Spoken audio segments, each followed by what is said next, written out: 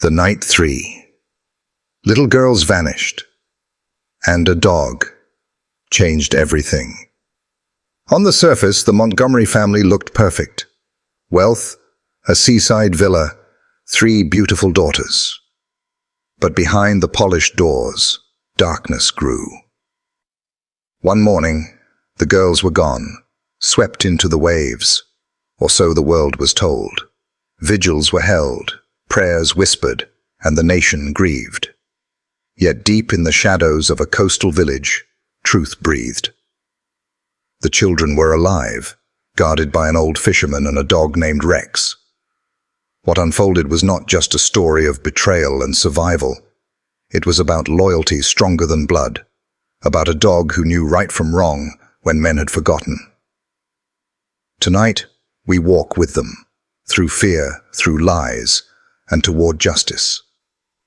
The town of San Hollow lay under the pale morning sun like a place forgotten by time. Dust clung to every wooden plank, every window pane, every step along the weary main street. The wind carried with it the dry rasp of grit, a sound that slid into the cracks of silence and stayed there, lingering, because no one dared disturb it. A saloon door creaked on its hinges, swinging lazily with no hand to push it. Its groan was the loudest voice in the whole town, for even the laughter that once spilled out of the place had long been choked off. Now, men sat at its tables in muted conversations, speaking only as loud as they had to. The clang of a piano had not been heard in years. In San Hollow, sound itself seemed to bow beneath the weight of fear. That fear had a name: Harvey Dalton.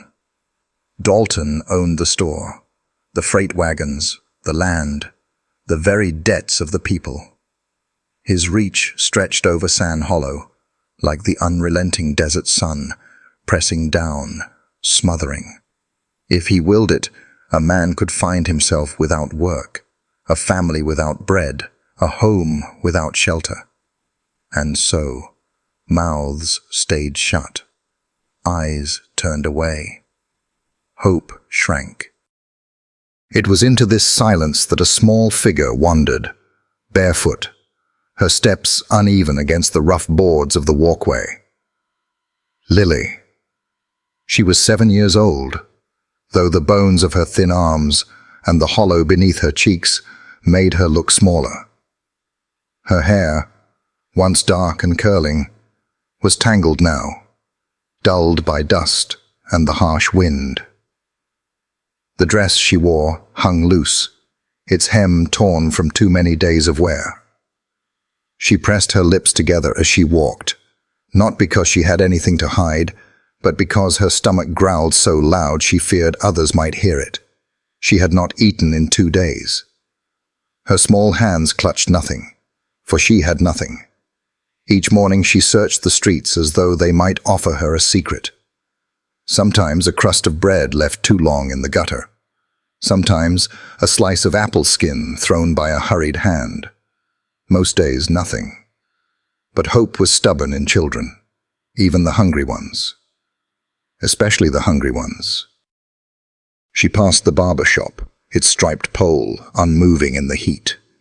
Inside, a man polished his scissors, eyes darting once to the girl, and then away, quickly, guiltily. Everyone in San Hollow knew her. The orphan child, the daughter of Maria Santos, who had once spoken against Dalton and vanished soon after. Some whispered that Maria had run away. Others suspected darker things. But no one said it aloud. Lily's small, bare feet slapped softly against the street as she crossed to the pump. She leaned against the handle with all her weight, arms straining until the first trickle of water groaned out. She cupped her hands, drank, and wiped her mouth with the back of her arm. The water was thin and metallic, but it was life. She sat for a moment in the shade of the trough, knees pulled to her chest. Around her, the town moved in fragments. A wagon wheel rolling past, the soft bray of a mule, a woman hurrying across with a basket covered in cloth. Everyone walked quickly here, eyes down. Everyone acted as if the dust itself carried Dalton's shadow. Lily hugged her knees tighter. Hunger was not just in her stomach. It crawled into her thoughts, pressed against her ribs, whispered into her heart. Hunger made her dream of food the way other children dreamed of toys. She imagined bread, still warm, butter soft enough to spread with her finger. She imagined eggs, round and smooth, breaking open with golden yolks. She imagined a bowl of soup so large she could curl inside it and never come out. But imagination was cruel because it did not fill the belly. The sun climbed higher, washing the street in pale gold. Heat shimmered above the roofs, making the edges of the world tremble. Lily pushed herself up again, weak legs carrying her further down the street. Past the saloon, past the blacksmith's forge where Jacob hammered in weary rhythm, sparks flying like the fleeting joy of forgotten days. He glanced up once, met her eyes, then dropped his gaze quickly, as if afraid that kindness itself could betray him. And then the smell reached her. It drifted from Dalton's store, the smell of bread fresh from the oven, the kind that cracked when torn, filling the air with warmth. Lily stopped, her lips parting, eyes wide. Her stomach clenched so sharply it made her gasp. She swallowed against the ache, stepping closer. The store loomed larger than any other building, with glass windows so clean they mocked the dust outside.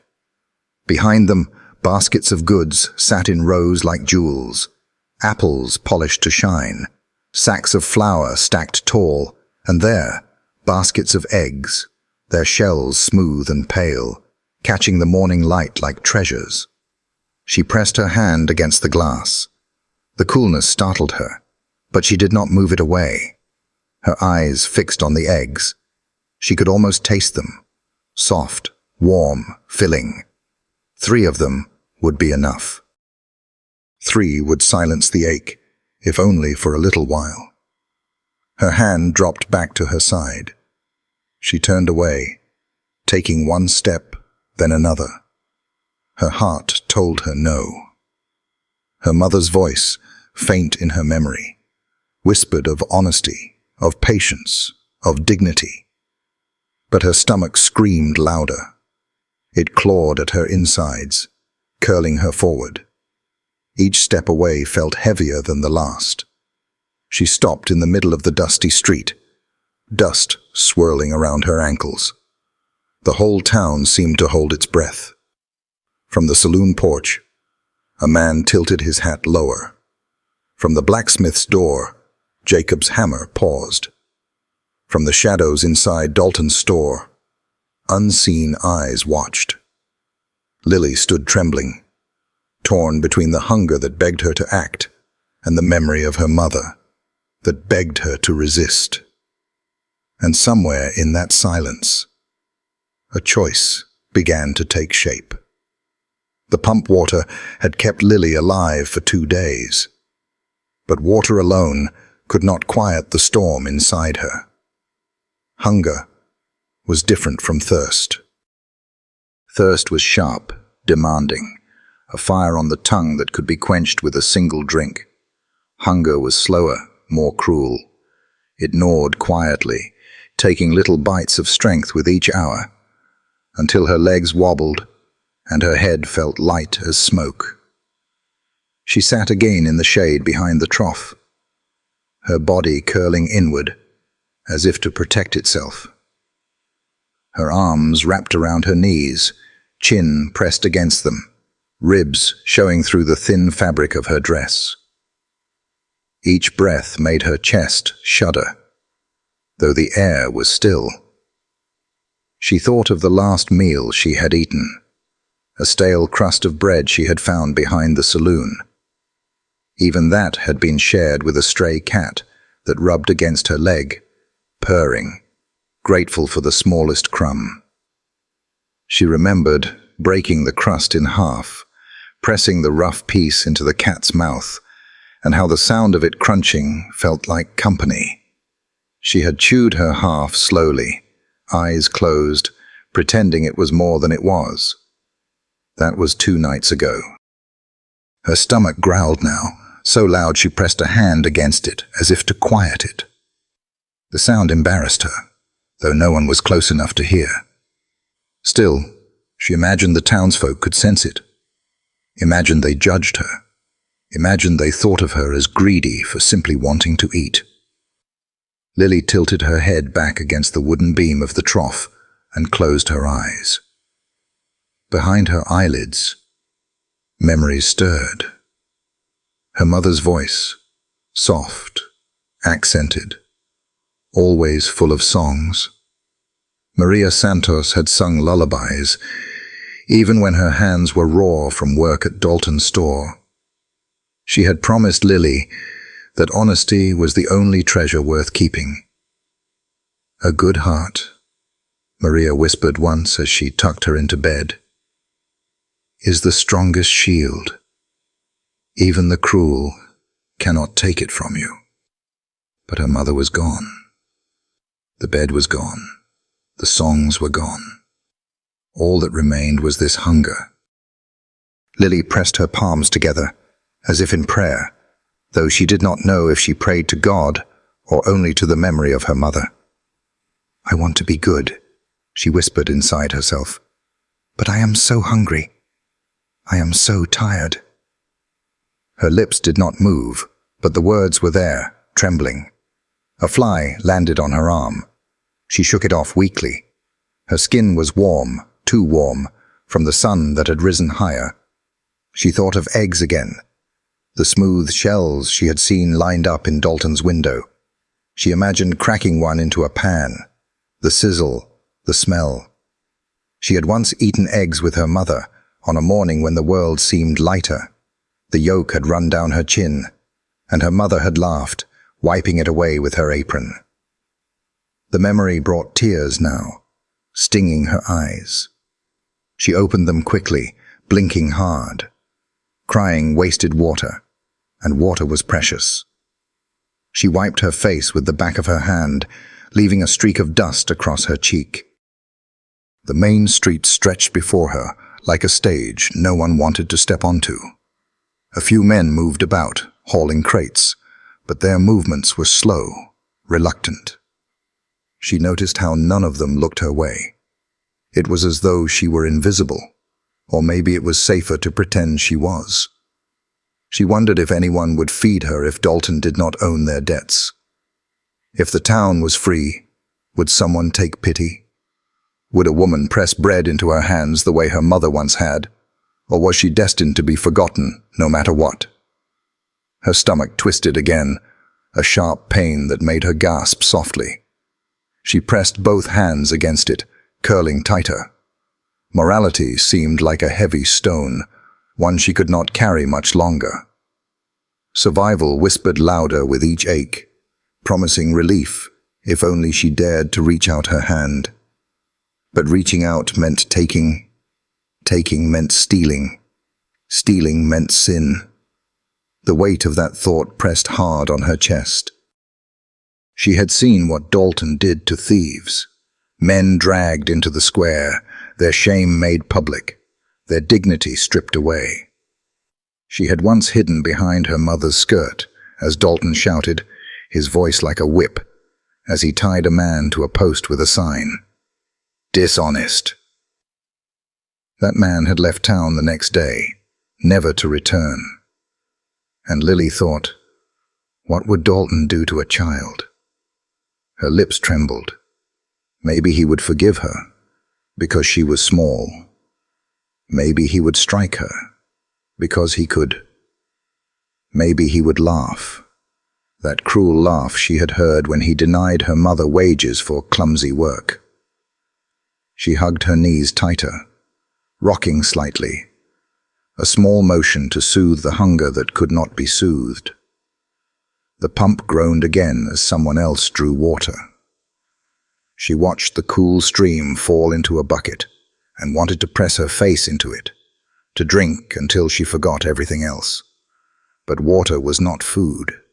Her mind wandered in circles, chasing what-ifs. What if she collapsed in the street? Would someone help then? What if she died quietly in the shade? Would anyone notice? Would anyone care? And yet deep down, she knew someone would care. She thought of the old blacksmith, Jacob, who once slipped her a piece of apple when Dalton wasn't looking. She thought of Marta, the schoolteacher, who smiled at her once, though she dared not speak aloud. Small sparks of kindness, quickly snuffed by fear, but remembered all the same. The hunger in her belly growled again, louder, angrier. It was a beast inside her, clawing, roaring, demanding. She could not ignore it much longer. Her eyes drifted back to Dalton's store, to the baskets, to the eggs glistening in the sunlight like forbidden treasure. She swallowed hard, lips dry. Her mother's voice whispered, "A good heart is a shield." Her stomach screamed, "Take them!"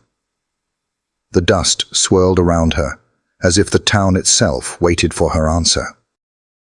The sun had climbed higher by the time Lily found herself again before Dalton's store. The heat pressed down like a hand on her back, and every step stirred little clouds of dust that clung to her ankles. She hadn't meant to return here. Her feet carried her almost without her knowing, pulled by the scent that drifted from the open window. Bread. It was fresh, still warm from the oven. She could smell the crust, sharp and golden, the kind that cracked when torn open. The scent wrapped itself around her like a memory, dragging her back to mornings when her mother had once brought bread home, bought with wages that disappeared too quickly under Dalton's hand. Lily closed her eyes, breathing it in until her stomach growled loud enough to startle her. When she opened them, her gaze caught the display. The glass windows of Dalton's store gleamed in the sunlight, polished brighter than any other glass in Sand Hollow. It was a point of pride for Dalton, everyone said. He liked his wealth to shine. Behind the glass, shelves stood stacked with goods most families could only dream of. Sacks of flour, jars of honey, bolts of cloth in colors richer than the desert itself. But it was the baskets at the front that drew Lily closer. Eggs. There were so many of them, piled high, their pale shells gleaming like small moons in the morning light. Each one perfect, smooth, fragile. She pressed her palm against the glass, feeling its coolness under her skin. She could almost taste them. She imagined cracking one into a pan, watching it sizzle, watching the yolk thicken into something soft and filling. She imagined swallowing, her belly warm at last. Her throat tightened. She pulled her hand away, curling it into a fist. Her mother's voice whispered in her memory, gentle, patient. We do not take what is not ours, even when life is cruel. But her mother's voice had been gone for months. And Lily was still here, stomach twisted in knots, bones sharp under her skin. She pressed her forehead briefly against the glass, closing her eyes.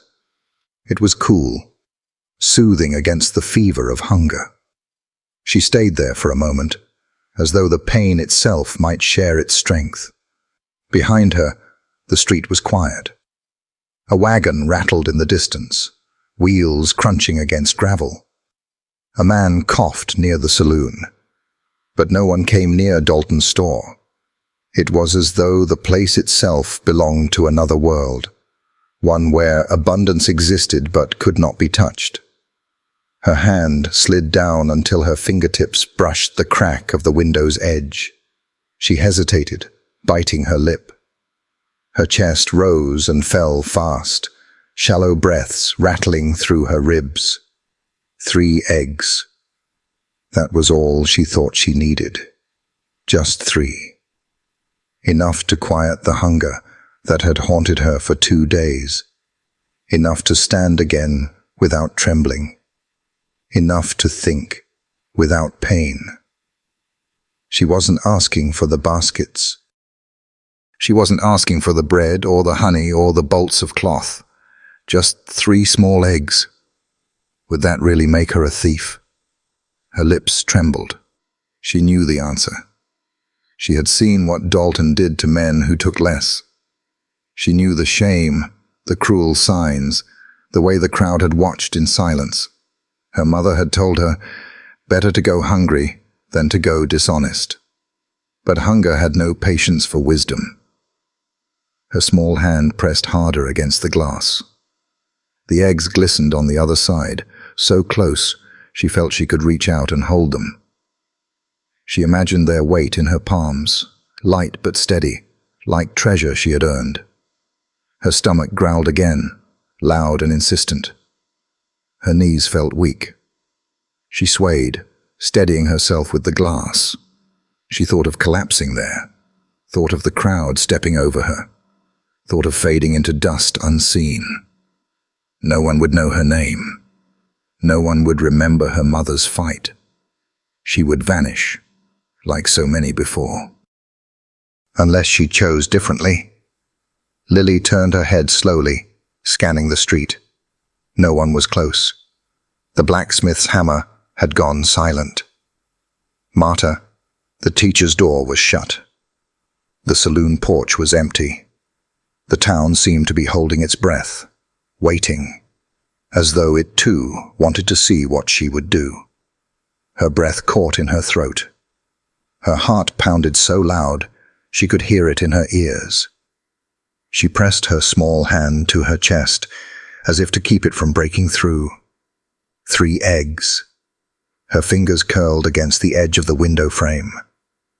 The thought of her mother's disapproving eyes burned in her chest, but it was drowned by the sharper burn in her stomach. Her throat ached. She closed her eyes one last time, whispering inside herself, "I'm sorry, Mama." When she opened them again, the eggs still gleamed in the sunlight. And this time, she did not look away. Her hand reached slowly, trembling, toward the store door. It was the moment when desperation became choice. The bell above Dalton's store door gave a faint, tinny chime as Lily pushed it open. The sound, so ordinary, so small, seemed to echo through her bones like a church bell, tolling her fate. She froze for a heartbeat, bare toes curling against the wooden floorboards, as though the whole town might hear it and turn to stare. But no one came. Inside, the store smelled of flour, leather, and the warm sweetness of bread cooling somewhere in the back. The air was cooler here, shaded from the punishing sun outside, but Lily's skin still glistened with sweat. Her eyes darted around the wide room. Shelves towered on either side, stacked with things she could only dream of. Tins of peaches, jars of sugar, sacks of beans. For a moment, she forgot her hunger in the sheer wonder of plenty. It was like stepping into another world, one where no one went hungry, one where life did not scrape you raw. But she was not here to dream. Her gaze fell to the counter near the window where the baskets of eggs were arranged. They glistened in the shafts of sunlight like polished pearls. She felt her stomach clench at the sight of them, felt her lips part as though to whisper their name. Eggs. Her steps were soft, almost soundless. Each one felt like a question, like the floorboards themselves might ask her, "Are you sure?" Her thin dress brushed against her knees as she walked, her hands balled into fists at her sides. When she reached the basket, her breath caught in her throat. So many eggs, more than she could ever eat, more than any one family could eat in a week. Dalton would not miss 3. He could not. Her trembling fingers reached out, brushing the smooth, cool shell of the first one. The texture startled her. It was real, solid, fragile in her hand. Her heart thudded wildly. She closed her fingers around it, lifting it gently. It seemed to pulse in her palm, though she knew it was only her own heartbeat, frantic and loud. Her hand shook as she slipped it into the fold of her dress, pressing the hem tight against her thigh so it would not fall. The second egg was harder. She hesitated, her eyes darting to the door, to the shelves, to the shadowed back room. She thought she heard a step, thought she heard a breath, but the store remained silent. Only the faint buzz of a fly near the window broke the stillness. She reached again, fingers trembling worse than before, and picked up the second egg. Her hands cupped it like it was fire, quick, careful, before tucking it against the first. The third, she almost stopped. 2 might be enough. 2 would quiet the ache. But 3 had been her promise to herself. 3 meant she might not feel hunger nor so quickly tomorrow. 3 was survival. Her lips parted, and a small sound slipped from her throat. Something between a sigh and a prayer. She reached for the third egg, slower this time, her entire arm trembling. She lifted it, the shell cool and perfect. For a brief, dizzy moment, she imagined sitting in the alley behind the pump, cracking it open, swallowing warmth and life. She imagined strength returning to her legs, to her thoughts. She imagined surviving. The third egg disappeared into her dress. She clutched the fabric tight, pressing all 3 against her body, as if she could fuse them into her skin and carry them without fear. Hope. The word bloomed inside her like water in dry soil. It was faint, fragile, but it was there. She could almost smile. She could almost believe her mother would forgive her. And yet, fear sat heavier than hope. Her breaths came sharp and fast. Every corner of the store seemed darker now, every shadow deeper, every sound sharper. She imagined Dalton's cold eyes appearing behind her, his voice a whip across her back. She imagined hands grabbing her, dragging her to the square. She imagined the word thief painted across her chest for all the town to see. Her knees wobbled. For a moment, she thought she might drop the eggs. She pressed them tighter, clutching her dress so hard her nails dug into her thigh. The bell above the door tinkled again. Her heart stopped. She spun toward it, wide-eyed, breath locked in her chest. A man stepped through, his hat pulled low, his shoulders bent against the sun. He nodded absently toward the counter, but did not look at her. He walked down the aisle toward the flour sacks, boots heavy against the boards. Lily stayed frozen. Every muscle screamed to run, but running would draw eyes. Running would break the spell of invisibility she clung to. She forced herself to breathe, shallow and fast, and turned her body slightly, hiding the bulge of her dress against the counter. The man did not notice her. He bent to lift a sack, grunted, and carried it toward the back. Lily swallowed hard. Her throat burned. Her chance was now. She edged toward the door, each step a thunderclap in her mind. She could feel the eggs shifting against her skin, could feel the fabric pulling tight. One wrong move, one stumble, and they would crack, spilling everything, exposing everything. She walked slowly, too slowly, but her legs could not move faster.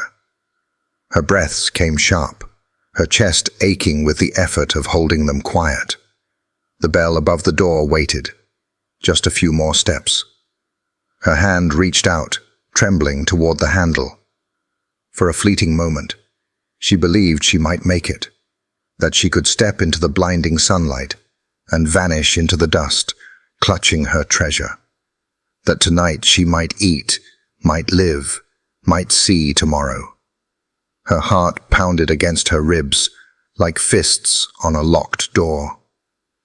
She pulled the handle. The bell chimed again, louder this time, as though announcing her crime to the world.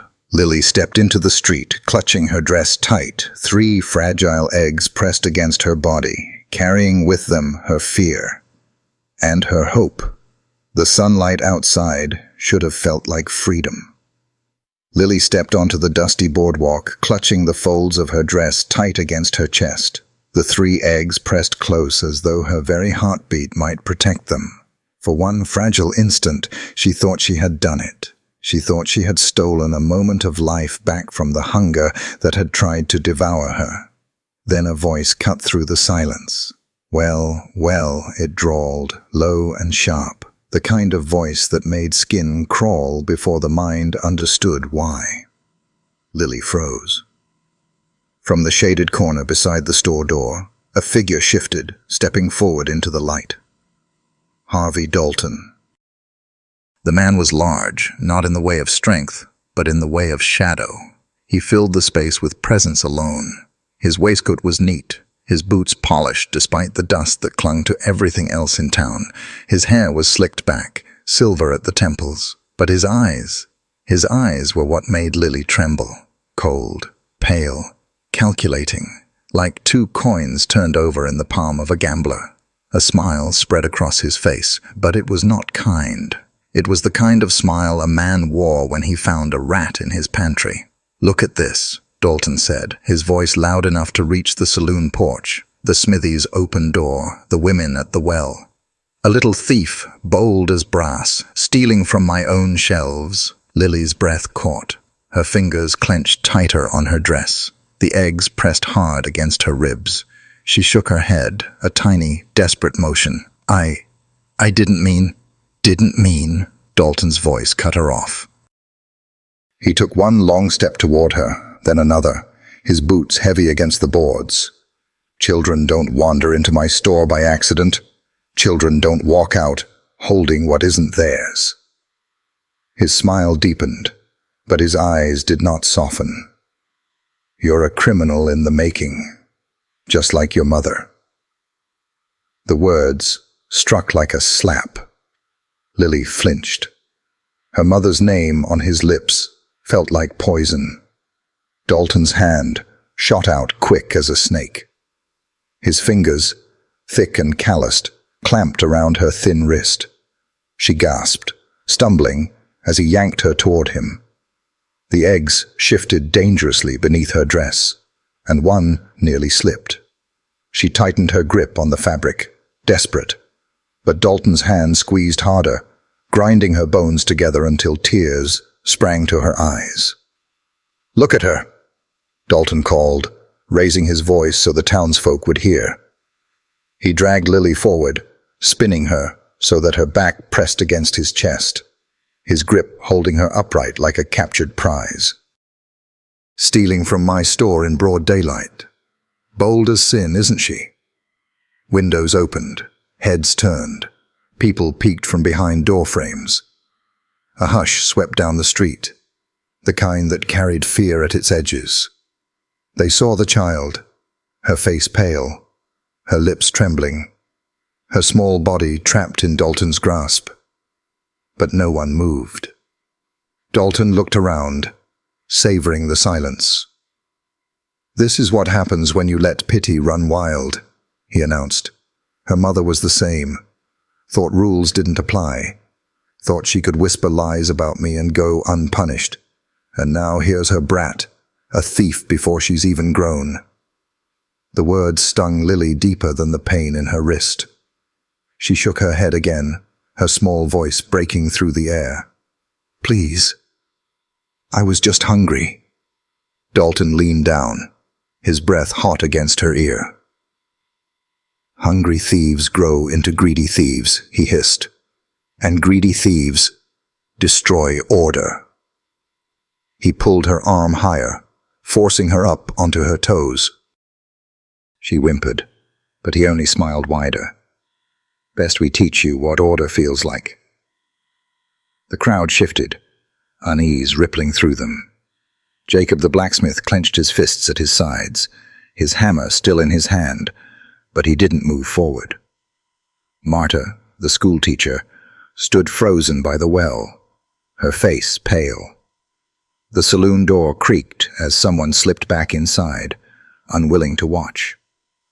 Dalton's grip tightened as he turned her to face them all. "Do you see this child?" he barked. "This is what happens when lawlessness goes unchecked. This is what happens when gratitude dies, when people forget who feeds this town. Today, it's eggs. Tomorrow, it'll be silver from your pockets." Lily shook her head desperately, her tears leaving streaks down her dusty cheeks. "No, I wasn't going to—" Dalton jerked her arm, silencing her. "Don't lie to me, girl. Don't lie to the town." He grinned at the onlookers, eyes glittering. "You all see what she's hiding under her dress, don't you? Go on, look. Evidence of crime, plain as day." A murmur rose, low and uneasy. The eggs pressed hard against Lily's body, one of them cracking faintly under the pressure. She gasped, terrified of losing them, terrified of the mess, terrified of everything. Dalton's gaze swept the crowd. This is not just about 3 eggs. This is about principle, order, justice. He spat the last word like it belonged to him. "And as long as I stand here, justice will be done." He dragged her forward, his boots pounding against the boards, his grip like iron. She stumbled after him, her legs too weak to keep up, her free hand clawing at his wrist. The eggs shifted again, one nearly slipping free. "Please," Lily whispered, her voice hoarse, breaking, meant only for him, though he had no mercy in him. "Please don't." Dalton only laughed, sharp and cruel. "Hush now, little thief. Your lesson's just begun." And with that, he pulled her down the street, toward the square where the wooden post waited. The silence of Sand Hollow followed like a funeral procession. The square of Sand Hollow was no grand place, just a patch of open earth between the saloon, the smithy, and the old well. But it had always felt larger than life when Dalton chose to make it his stage. And now, as Harvey Dalton dragged Lily through the dust, his heavy boots kicking up clouds that clung to her bare legs, the square became a theater of cruelty. Her wrist burned where his fingers clamped like iron. She stumbled again and again, her small feet struggling to keep up with his long strides, but Dalton never slowed. The eggs hidden in her dress shifted with every jolt, one already cracked from his grip, its yolk seeping faintly, sticky against her thigh. She clutched at her dress with her free hand, desperate to keep them from falling, desperate to preserve the last fragments of her hope. When they reached the center of the square, Dalton stopped abruptly. Lily stumbled forward, nearly falling to her knees. The crowd, drawn by the spectacle, had already begun to gather. Men leaned against posts, women held baskets frozen in their hands, children peeked from behind their mothers' skirts. No one spoke. The silence was thicker than the dust. Dalton yanked her upright, thrusting her toward the old wooden post that stood near the well. It had once been used for notices, fairs, traveling salesmen, even church sermons. But under Dalton, it had become something darker, a place of warnings, a place of shame. "Stand here," Dalton barked, though his hand never released her arm. He spun her around, her back against the rough wood. Lily gasped as the splinters bit into her skin. From behind the counter of his store, one of Dalton's hired men stepped forward, carrying a coil of rope and a small wooden board with letters scrawled in black paint. Lily's eyes darted to it. The words blurred through her tears, but she could make them out. Child, thief. Her heart plummeted. Dalton took the rope, his fingers quick despite their thickness. He tied her wrists tight against the post, the rough fibers biting into her skin. She whimpered, but he ignored it, pulling the knots firm until she could not move her arms. Then he fastened the board across her chest with another length of twine, so the words rested heavy against her small frame. "Look at her." Dalton's voice rose, carrying across the square like a preacher at a pulpit. His mocking smile twisted into something triumphant. This is what happens when order is broken. This is what happens when gratitude dies.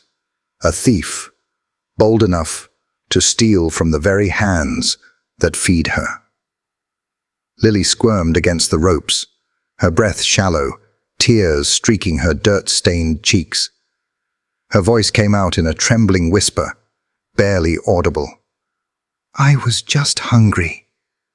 Dalton turned his head, pretending not to hear. He raised his arms to the crowd, his eyes glittering cold. "Hungry, she says. And what will hunger excuse tomorrow? Theft from your homes, your tables. No, this is not hunger. This is the seed of lawlessness. And if we let it grow, Sand Hollow will be swallowed whole." Murmurs rippled through the crowd. Some looked away, shame in their eyes. Others nodded faintly, too afraid to disagree. Marta, the schoolteacher, stood at the edge of the square, her hands trembling around the handle of her basket. Her lips pressed together, as if words begged to be spoken. But she stayed silent. Jacob the blacksmith clenched his jaw, the muscles tight, his hammer still in his hand, though he made no move forward. The saloon doors creaked as more men stepped outside, their faces shadowed, unwilling to interfere. Dalton stepped closer to Lily, his voice lowering so only those nearest could hear. "Criminal in the making," he sneered. "Your mother thought she could break the rules too. And look what became of her." Lily's tears spilled harder. She pulled at the ropes, but they only cut deeper. The word board across her chest felt heavier than her whole body. Child thief. The letters blurred through her tears, but she knew they would remain etched in the town's memory. Dalton straightened again, turning to the crowd with satisfaction. "Let this be a warning," he declared, "to all who think themselves above order, to all who imagine they can take without giving. As long as I stand here, Sand Hollow will have law, and no one, not man, not woman, not child, will defy it." The crowd stayed silent. No applause, no cheer. Just silence and whispers, eyes that flickered between Dalton's broad frame and the small child bound to the post. A few women lowered their gazes, unable to watch. A boy tugged at his father's sleeve, but the man hushed him quickly, casting a fearful glance toward Dalton. Lily closed her eyes. Her chest rose and fell in shallow gasps. The hunger still gnawed at her, but now it was tangled with shame so sharp it made her wish she could vanish into the dust. The cracked egg leaked slowly under her dress, sticky warmth against her skin, a cruel reminder of the hope she had carried for only a moment. She whispered in her heart, as if her mother could hear her across the miles or years. "I'm sorry. I tried to be good. I tried to be strong." The rope held fast. The sign swung heavy. The silence pressed in, and Harvey Dalton stood proud, as though he had restored the balance of the world. But beneath the hush of the square, something stirred. Quiet anger in the hearts of those who watched. Jacob's fists clenched tighter. Marta's lips parted, though no sound came. Even the saloon men shifted uneasily. It was not yet defiance, not yet courage. But the first cracks in fear had begun. For now, though, Lily stood alone, bound, shamed, a child punished not for wickedness, but for hunger. The square of Sand Hollow, dusty and still, bore witness. The noon sun hung merciless above Sand Hollow, beating down until the boards of the saloon porch groaned, and the horses at the hitching post stamped their hooves in protest. The square still held its grim tableau. Lily bound to the post, Dalton's sign declaring her shame, and the crowd whispering but unmoving. The air itself seemed heavy with defeat, as though no wind dared stir. Then came the sound of hooves, slow, steady, deliberate. The murmurs hushed. Heads turned toward the road leading into town. A lone rider approached, his back stooped but straight enough to command respect. The horse beneath him was grey with age, its pace unhurried, but its endurance carried the pair forward as though it had done so 1,000 times before. At the rider's side trotted a dog. Not just any dog, a German shepherd, his coat grizzled with white around the muzzle, scars faint beneath his fur. He moved with the kind of dignity that came only from long years of service, each step measured, each glance sharp. His ears flicked at every sound, his eyes alert to every shadow. Even in old age, there was a power in him that made people instinctively step aside. Walter Grayson reined in his horse at the edge of the square. 80 years had bent his shoulders and lined his face, but the steel of his youth had not left his gaze. His hat was broad-brimmed, his coat worn but neat, and on his chest, pinned though tarnished, glimmered the badge that once made him the law in San Hollow. The badge no longer held official weight, but in the eyes of many, it still held memory. A ripple passed through the crowd. Whispers rose. Walter. Walter Grayson. He's back. Dalton's jaw tightened at the murmurs, but he forced a smile. Walter swung down from his horse with the careful slowness of age, boots crunching against the dust. His body was frail, but there was nothing uncertain in the way he stood. He patted the horse's neck, then glanced down at the dog beside him. "Easy, Rex," he said softly. The dog's ears twitched. He padded forward, nose lifted, and the sight of the child tied to the post made him stiffen. His tail lowered, hackles bristling faintly. A low rumble grew in his chest, the warning growl of a protector. Lily lifted her head at the sound. Her vision blurred with tears, but through the haze she saw him, saw the dog, strong and steady, his eyes fixed on her with something no one else had offered. Recognition. Not of her crime, not of her shame, but of her fear, and the silent promise that he would not look away. Her lips trembled. A whisper slipped out. "Doggy." Rex's ears flicked at the sound of her voice. He stepped closer, placing himself between her and Dalton with a movement so natural it drew gasps from the crowd. His stance said what no human dared. This child is not alone.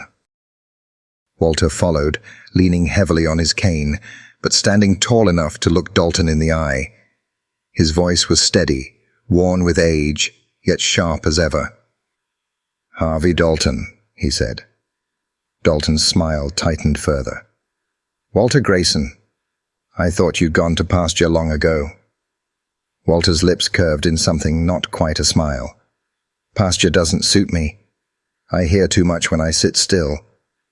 And what I heard about San Hollow, well, it drew me back." His eyes swept the square, the silent crowd, the child tied to the post. His brow furrowed. "This isn't the town I knew." Dalton spread his hands, feigning patience. "It's a town kept in order, old man. Something you should respect. We don't tolerate thieves here, not even small ones." He gestured toward Lily, the sign on her chest. Lessons must be taught. Walter's gaze lingered on the girl. Her thin frame, her bare feet, her wrists raw from rope. He drew a slow breath, then looked back at Dalton. "And this," he said quietly, "is what you call order." The words carried weight. The silence deepened. Some heads lowered, ashamed. Others flicked toward Dalton nervously. Dalton's smile faltered for the briefest moment, but he recovered quickly. "You're out of your time, Walter," The law has moved on. You should have stayed gone." Walter leaned heavier on his cane, but his eyes gleamed. "Maybe so. But I haven't forgotten what the law was meant to be. It was meant to protect the innocent, not break them." Rex gave another low growl, his gaze never leaving Dalton. The sound vibrated in the air, unsettling, primal. Dalton's hired men shifted uneasily at the edges of the square. Lily felt the rope around her chest, the weight of the sign, the sting of Dalton's grip still lingering in her wrist. But for the first time since the nightmare began, she felt a flicker of warmth in her chest. Someone had come.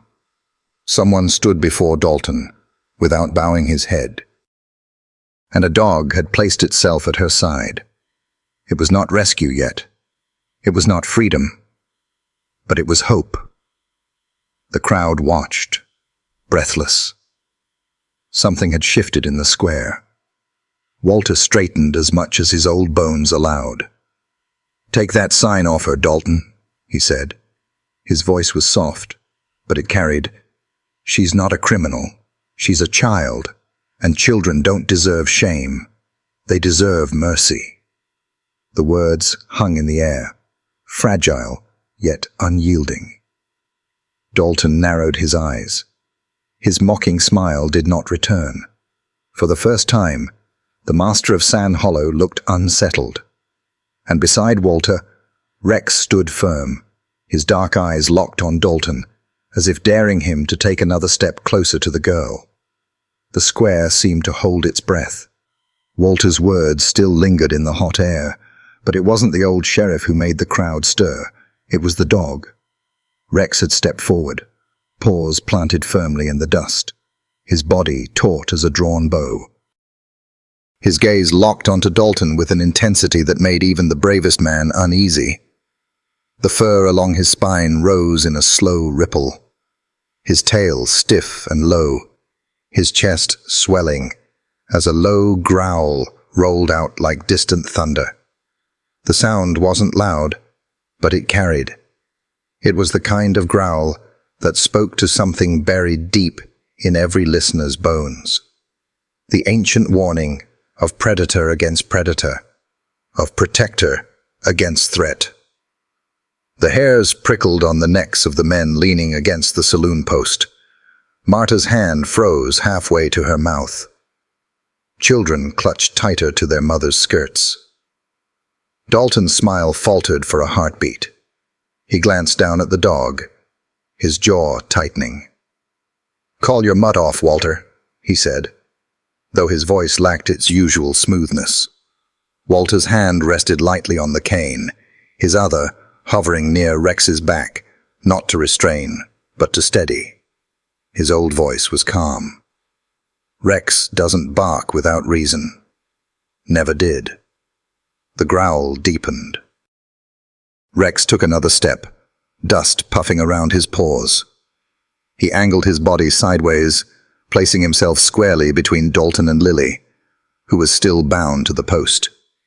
His head lowered, ears pinned back, his dark eyes gleaming with a ferocity that belonged not to age, but to duty.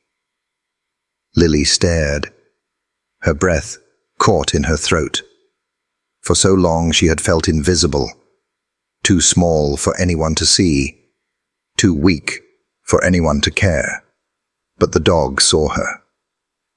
He didn't look at the sign across her chest, or the rope cutting into her wrists, or the cracked egg yolk drying on her dress. He saw her fear, and he answered it. A whimper slipped from her lips, soft, half sob, half prayer. Rex's ears flicked at the sound. His growl sharpened, his body pressing closer to her, as though to shield her from the man who had dragged her here. The murmurs began in the crowd, first soft, then rising. "Do you see that?" a man whispered. "Even the dog knows it's wrong. Dalton's gone too far. If a beast can see it." The words rippled like a current, hushed but growing. Faces turned from Dalton to Rex and back again. A dog could not lie. A dog could not scheme. What he did came from instinct, from truth deeper than words. And here, in front of everyone, truth was baring its teeth. Dalton's face darkened. He spread his arms, forcing a smile that looked brittle. Don't be fools. It's an animal. It doesn't think. It only follows its master's hand. But Walter's eyes glimmered. You're wrong, Dalton. He follows more than a hand. He follows what's right. The growl became a sharp bark, one, loud and commanding. The sound cracked across the square like a whip. Lily flinched, but not in fear. Her eyes widened. Her tears stilled. For the first time since Dalton had grabbed her, she felt something she hadn't dared hope for. Safety. Rex barked again, stepping so close to Dalton that the man instinctively shifted back. The hired men at the edge of the crowd exchanged glances, their grips tightening on their belts, but none moved forward. The murmur in the crowd grew bolder. Someone clapped a hand on Jacob the blacksmith's shoulder and whispered, "The dog's braver than us." Marta's lips parted, and though no sound left her, her eyes glistened with something like hope. Dalton scowled. He turned his glare on Walter. "Control him," he snapped, "or I'll have him put down like the old beast he is." The words made Lily gasp, sharp and panicked. "No!" she cried, voice breaking. It was the first sound she'd dared to make to the crowd, and though small, it carried. Rex barked once more, louder, snapping his jaws in Dalton's direction. His muscles bunched as if ready to lunge, though Walter's steady hand near his back reminded him to hold. His teeth gleamed in the sunlight, his body a living barrier. Walter's voice, low and steady, broke the tension. "You can tie a child to a post, Dalton. You can paint her with shame. But you can't fool this dog. He knows what you are." The words struck deeper than Dalton expected. For years he had ruled through fear, through silence, through the way people avoided his eyes. But now, every gaze in the square had shifted. Not to him, not to Walter, but to the dog.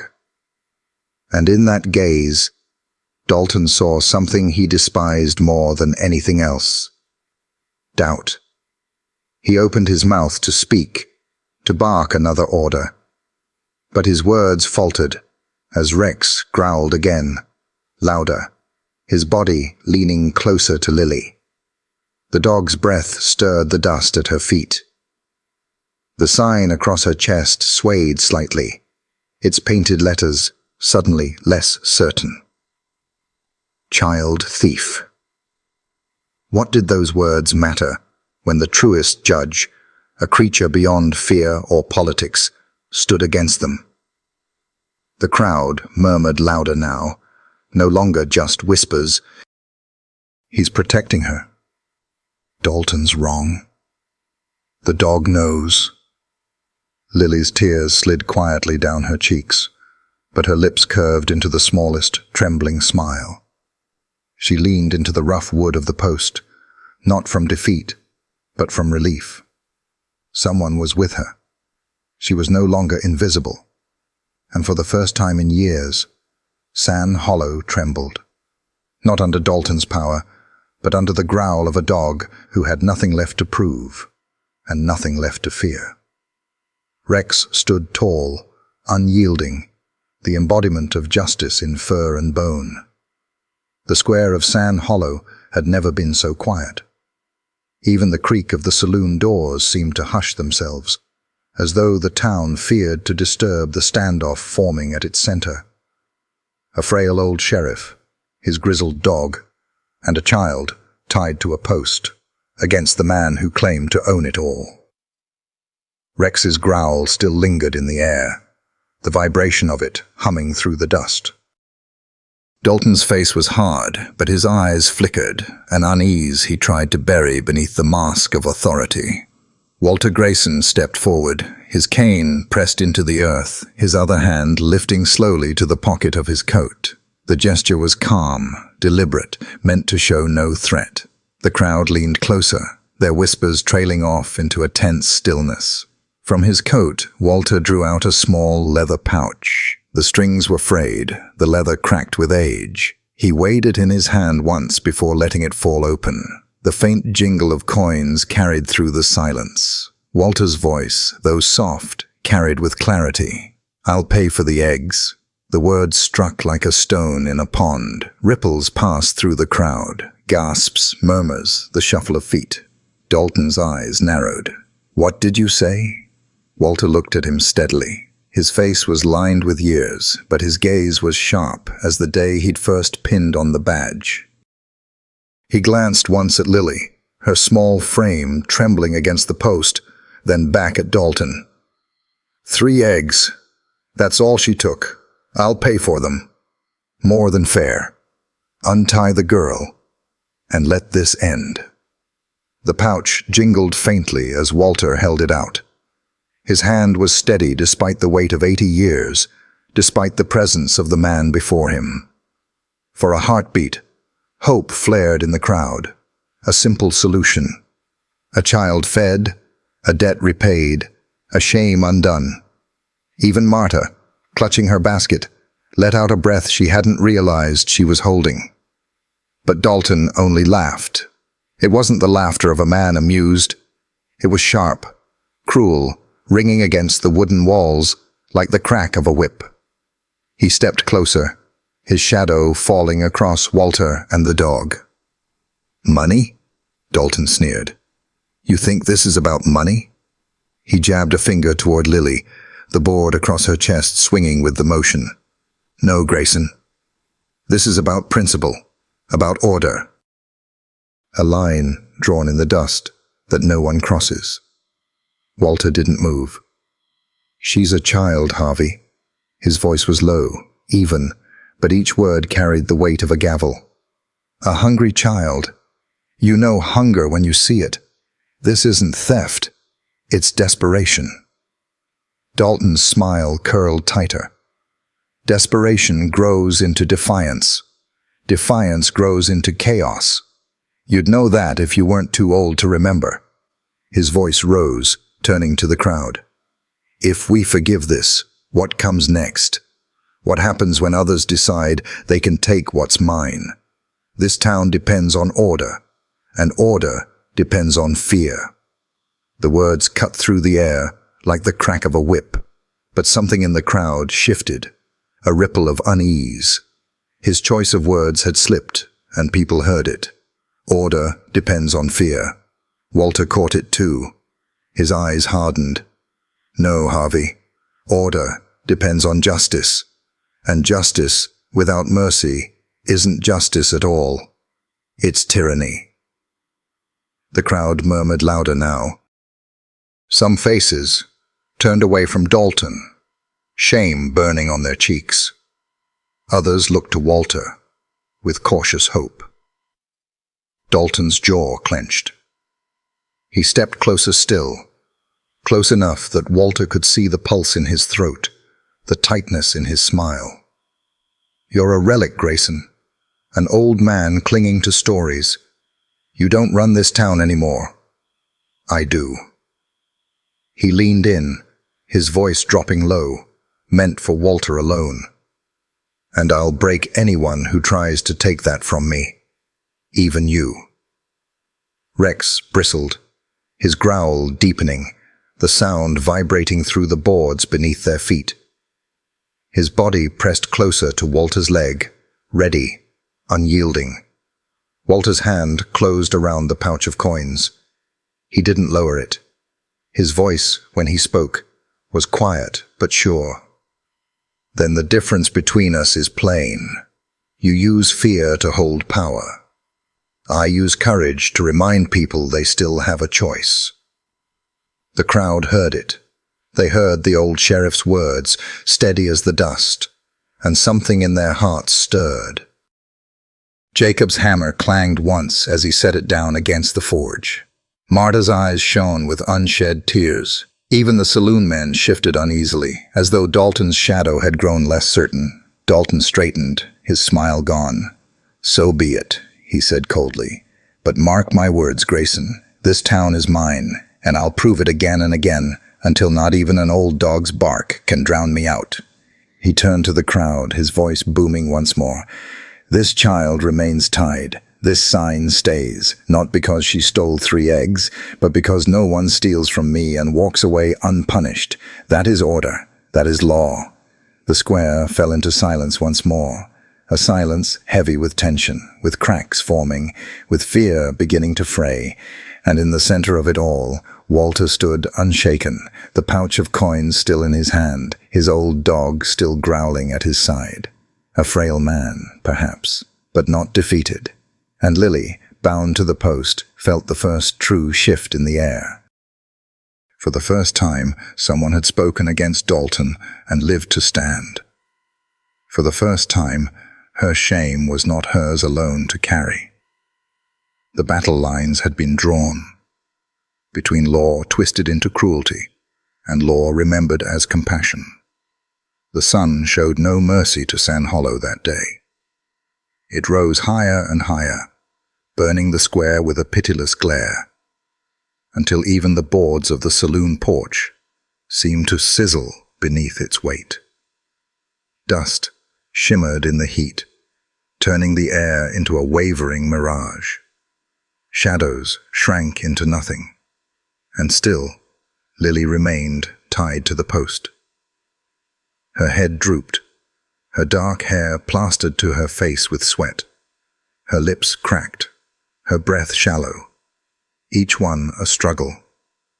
The wordboard across her chest had grown heavier in the heat, pressing into her small frame, as though branding her with Dalton's cruelty. The rope bit deeper into her wrists, the fibers rubbed raw against skin that was already too thin. At first she had tried to stand tall, though her knees shook. She had told herself to endure, the way her mother once taught her to endure the long hours of labor in Dalton's store. But hours passed. The sun did not relent. Strength bled out of her small body like water in the dust. Her eyelids fluttered, closing longer each time, until at last her knees buckled. The crowd gasped as she slumped forward, her weight hanging against the ropes.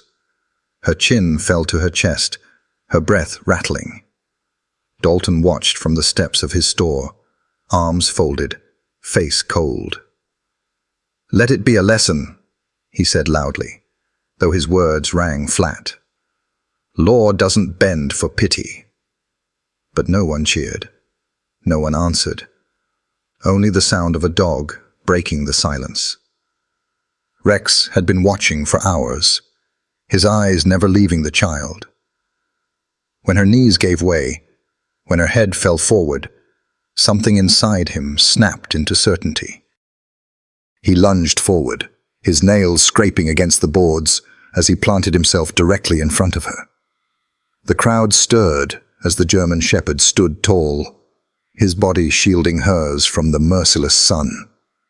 His broad frame cast a shadow over the girl, a patch of mercy in the sea of heat. His tongue lolled slightly, panting, but he did not move. His ears stood tall, his eyes fierce, his chest rising and falling with the deep rhythm of defiance. Walter, seated nearby on the trough with his cane across his lap, watched in silence. His old heart tightened at the sight. He had seen Rex brave storms, flames, and bullets in his youth. But this quiet, instinctive act of compassion, this was something greater. A living sermon no preacher could match. Marta, standing at the edge of the square, covered her mouth with her hand. She whispered to the woman beside her, "He's shading her with his own body." The whisper spread. The dog's protecting her. Not moving. Not even in this heat. Even an animal knows this is wrong. Dalton's jaw tightened. He shifted on his step, forcing a scowl. "It's a beast," he snapped. "It doesn't know mercy. It only knows loyalty to its master." But the words fell hollow. Everyone could see it. The dog was not protecting Walter. He was not protecting himself. He was protecting her. A child no one else dared shield. The sun bore down harder, but Rex refused to move. His tail swept once across the dust, then stilled. His body trembled faintly with the heat, but still he stood, unyielding. His shadow stretched across Lily's bowed head, giving her what little comfort he could offer. Lily stirred faintly, her lips parting. A whisper slipped out, broken and soft. "Mama." Her voice was hoarse. But then, after a pause, another word came, fragile but clear. "Doggy." Rex's ears flicked. He lowered his head slightly, sniffing at her hand bound against the post. A soft whine escaped him, almost human in its tenderness. He pressed closer, his body brushing against the rope, as though to remind her she was not alone. The crowd shifted again, unease turning to murmurs of awe. Jacob the blacksmith muttered under his breath, but loud enough for those near him to hear. "That dog's got more law in him than Dalton ever did." Dalton's face darkened. He barked at the crowd. "Don't be swayed by a mutt's tricks. This is about discipline, about keeping the line." But no one answered. Their eyes were not on Dalton. They were on Rex, standing steadfast under the burning sun, his body trembling but unbowed. Walter leaned forward on his cane, his voice low but carrying. "Funny thing about lines, Harvey. Sometimes a dog's the only one brave enough to cross them." The words rippled through the square, quiet but undeniable. Dalton scowled, but for the first time, he seemed to sense the cracks widening in his grip. And Lily, half conscious, felt the warmth of the sun lessen as Rex leaned closer, his shadow covering her more fully. Her eyes fluttered open, and for a fleeting moment she met his gaze. In those dark eyes, she saw no judgment, no cruelty, no shame, only loyalty, only presence. Her lips moved, barely a breath. "Thank you." The dog did not answer with words. He did not need to. His very stance was his vow. And in that burning silence, under the merciless sun, San Hollow witnessed something it had not seen in years. Not power, not fear, but compassion standing unmovable against cruelty. A child fainting in the heat, and a dog refusing to leave her side. The heat weighed heavy on San Hollow's square, pressing down not only on the child bound to the post, but on every soul who stood watching. The sun was merciless, the dust restless, and yet the greater burden was the silence, an uneasy silence born not from indifference, but from fear. Lily hung limply against the ropes, her body sagging, her head drooping forward. Rex still stood before her, his shadow stretched across her fragile form, his breath heavy, his stance unyielding. The image should have stirred outrage, should have sparked action. But the people of San Hollow were caught in a snare woven long ago, the snare of Harvey Dalton's power.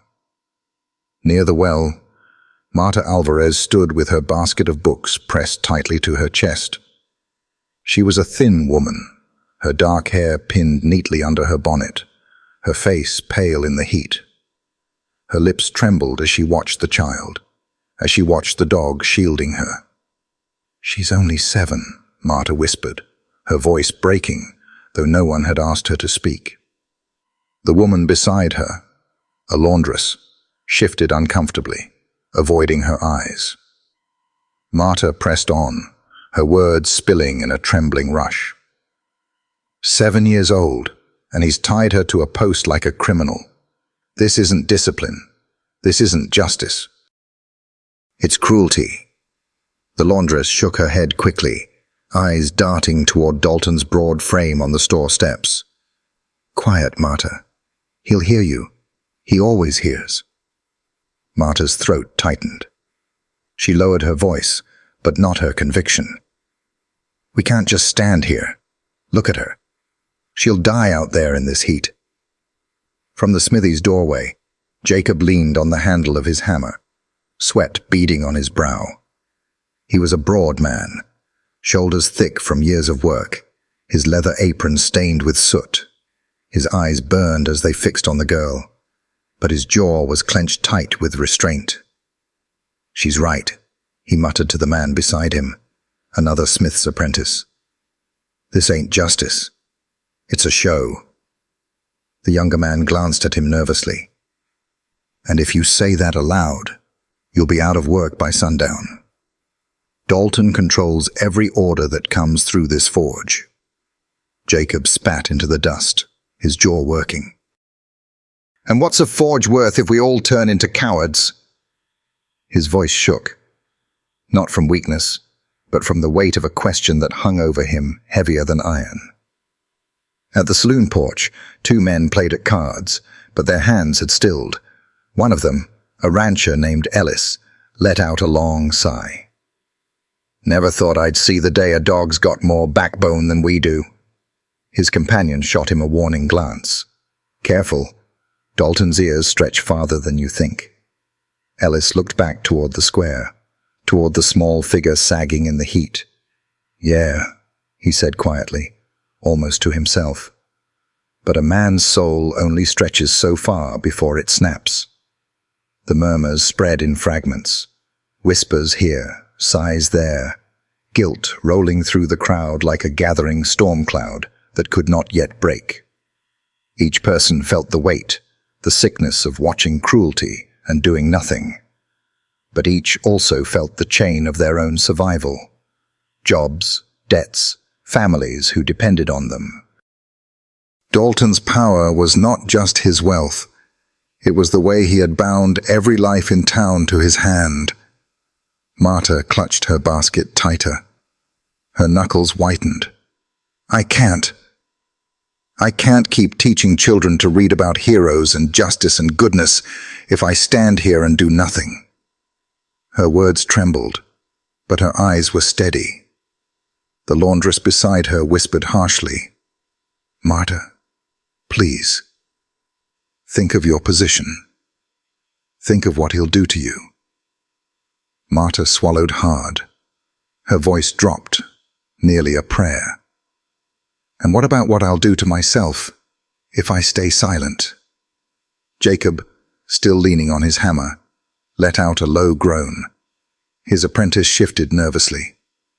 Jacob, don't make a fool's move. But Jacob's eyes burned. He looked at Lily, then at the old sheriff standing with his cane, and finally at Rex, the dog refusing to yield. His fists clenched around the hammer's handle. He whispered to himself, so low only he could hear. Justice ain't dead. Not yet. Not if I've got breath left. The crowd as a whole, though, remained paralyzed. Parents held their children closer, afraid the little ones might see too clearly, afraid they themselves might be changed by the sight of innocence punished. Farmers shifted uncomfortably. Ranch hands stared at their boots. A few men whispered about debts owed, about mouths to feed, about the risk of standing against Dalton. The atmosphere thickened with guilt, palpable, suffocating. Everyone wanted to move, but no one dared. Everyone knew it was wrong, but no one wanted to be the first. And so they waited. They waited as the sun beat down harder, as the child sagged lower against the ropes, as the dog trembled with heat, but still refused to leave her side. They waited while the silence gnawed at their souls, while shame gathered like storm clouds at the edges of their hearts. Marta's lips moved in a whisper, a prayer not meant for Dalton, not meant for the crowd, but meant for herself. Please, God, give us courage, just enough to take one step. Walter heard her, though she hadn't meant him to. He turned his weathered face toward her and gave the faintest nod. His eyes said what his frail body could not shout. You are not alone in this.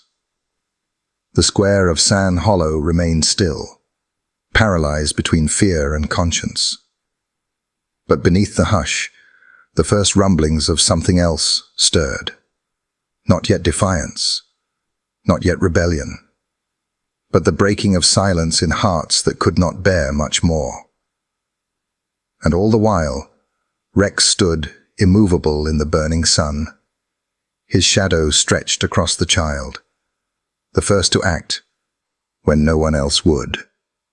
Night fell heavy over Sand Hollow, the kind of night that pressed against windows and whispered through the cracks in the wood. The storm had not relented since sundown. If anything, it had grown angrier, its winds battering the old houses like fists. Rain lashed against the panes, thunder rolled across the wide sky, and every so often, lightning split the horizon with a flash so white it bleached the world for a heartbeat. Inside the modest cabin where they had gathered, the storm was a constant presence. Groaning timbers, rattling shutters, the hiss of water sliding down the roof. The fire in the hearth snapped and sputtered, its warmth a fragile defense against the storm's fury. The children lay huddled together on the floor, blankets wrapped tight around their small frames. They had fallen into restless sleep, exhaustion tugging them under. But sleep was no escape tonight. Their faces twisted with dreams too heavy for children to carry. Every so often, a whisper escaped their lips, thin, trembling words carried into the dark. Daddy, don't leave us. Please come back. Don't go away. The words stabbed through the storm, fragile threads of longing that refused to be silenced. Caleb heard every one of them. He sat near the hearth, his back straight, despite the weariness dragging at his shoulders. His elbows rested on his knees, his hands clasped together so tightly, his knuckles whitened. His eyes never closed, not once. He stared into the flickering fire as if it held answers, but his ears stayed tuned to the smallest sound, the shifting of the children's blankets, the rhythm of their uneven breaths, the creak of the shutters under the storm's hand. Rex lay at his feet, the dog's great body stretched out on the floorboards. His head rested on his paws, but his eyes were open, glowing faintly in the firelight. Every time the wind slammed the shutters, his ears twitched, alert. Each time a child whimpered in their sleep, his gaze flicked toward them, before settling back at Caleb's boots. It was a strange kind of watch they kept, man and dog, silent but unbroken, both guardians, both weary, both unwilling to surrender to rest, while those they protected were vulnerable. Caleb shifted once, rubbing his thumb along the scar on his palm, an old wound from days he preferred not to remember. The sound of the children's whispers hollowed him. It was not just hunger or fear that haunted their sleep. It was abandonment. They had learned too young the ache of being left behind. He leaned forward, his voice a low murmur meant only for the dog at his feet. They're just little ones, Rex. They shouldn't have to carry this. Rex lifted his head, his dark eyes meeting Caleb's. The firelight flickered across the old dog's scarred muzzle, the years written there in silver fur and lines of battle. But his gaze was steady, resolute. He gave a soft whine, almost like an answer. They won't carry it alone. Not while we're here. Caleb sighed, dragging a hand over his face. The storm rattled the shutters again, louder this time, and one of the children stirred with a cry. Caleb was on his feet instantly, moving to kneel beside them. He smoothed the damp hair from a little boy's forehead, whispering, "Shh, you're safe. No one's leaving. Not tonight." The boy quieted, his breathing evening out again. Caleb tucked the blanket closer around him before sitting back, his shoulders heavy, but his resolve firmer than stone. He returned to his place near the fire, lowering himself slowly, his hand brushing the dog's back. Rex shifted to press closer, the weight of him solid, grounding. Caleb's fingers curled into the thick fur, and for a moment, the storm outside faded. It was enough, that contact. Enough to steady a man who felt his strength stretched thin. The hours dragged. Thunder rolled endlessly. Rain hammered the roof like 1,000 fists. The fire burned lower, its glow dimming, but still Caleb did not close his eyes. His mind walked circles. Of loss, of responsibility, of the promise he silently made to children who were not his, but who looked to him now as if he were the only anchor left in the world. Every so often, a child's whisper cut through the night again, soft, aching. "Daddy, don't go." Each time, Caleb's chest tightened. He could not give them the father they longed for. He could not undo what had been lost. But he could give them presence. He could give them protection. He could stay. And staying mattered. By the darkest hour before dawn, the storm still raged, but Caleb and Rex remained at their vigil, two sentinels against the fear that tried to creep into that cabin. Man and dog, battered by time, yet steadfast. The children slept on, their dreams still fractured, but every time a cry slipped free, it was met with a gentle hand or a dog's watchful eye. And though the storm outside showed no mercy, inside there was something stronger than fear. There was the quiet, stubborn vow of two guardians who would not leave. The villa stood high on the cliff, its white walls glowing in the afternoon sun, marble terraces gleaming as if no shadow could touch them. From its balconies one could see the wild stretch of ocean, waves crashing against jagged rocks. To an outsider, it was paradise. But inside, paradise was only a stage. Ethan Montgomery paced the drawing room, clutching the telephone receiver so tightly his knuckles whitened. The curtains were drawn back, sunlight spilling across polished floors.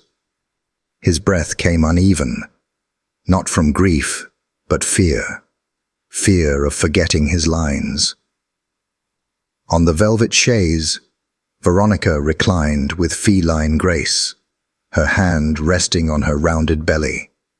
Her dark eyes followed him, sharp and calculating. She did not look like a grieving mother.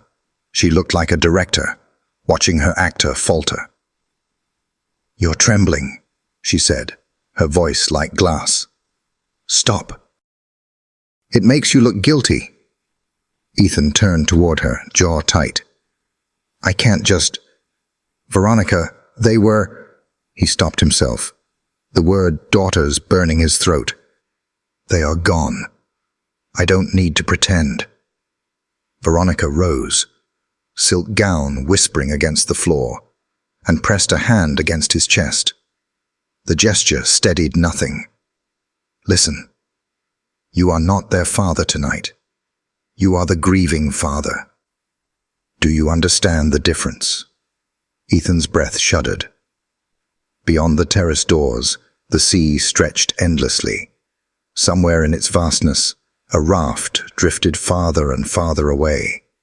He saw again the faces of Lily, Grace, Hope, bright-eyed, laughing as they cried, "We're pirates," before the tide carried them off. He buried the memory under her voice. "You must sound desperate," she continued. "Not broken. Broken is suspicious. Desperate is believable. Say the words."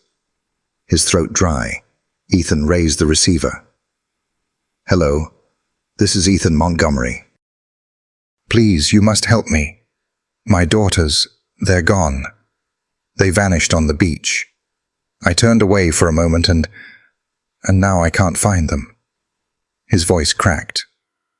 The truth slipped out despite the act. Veronica's eyes gleamed. Good. Almost real. He let the receiver fall into its cradle with a sharp click.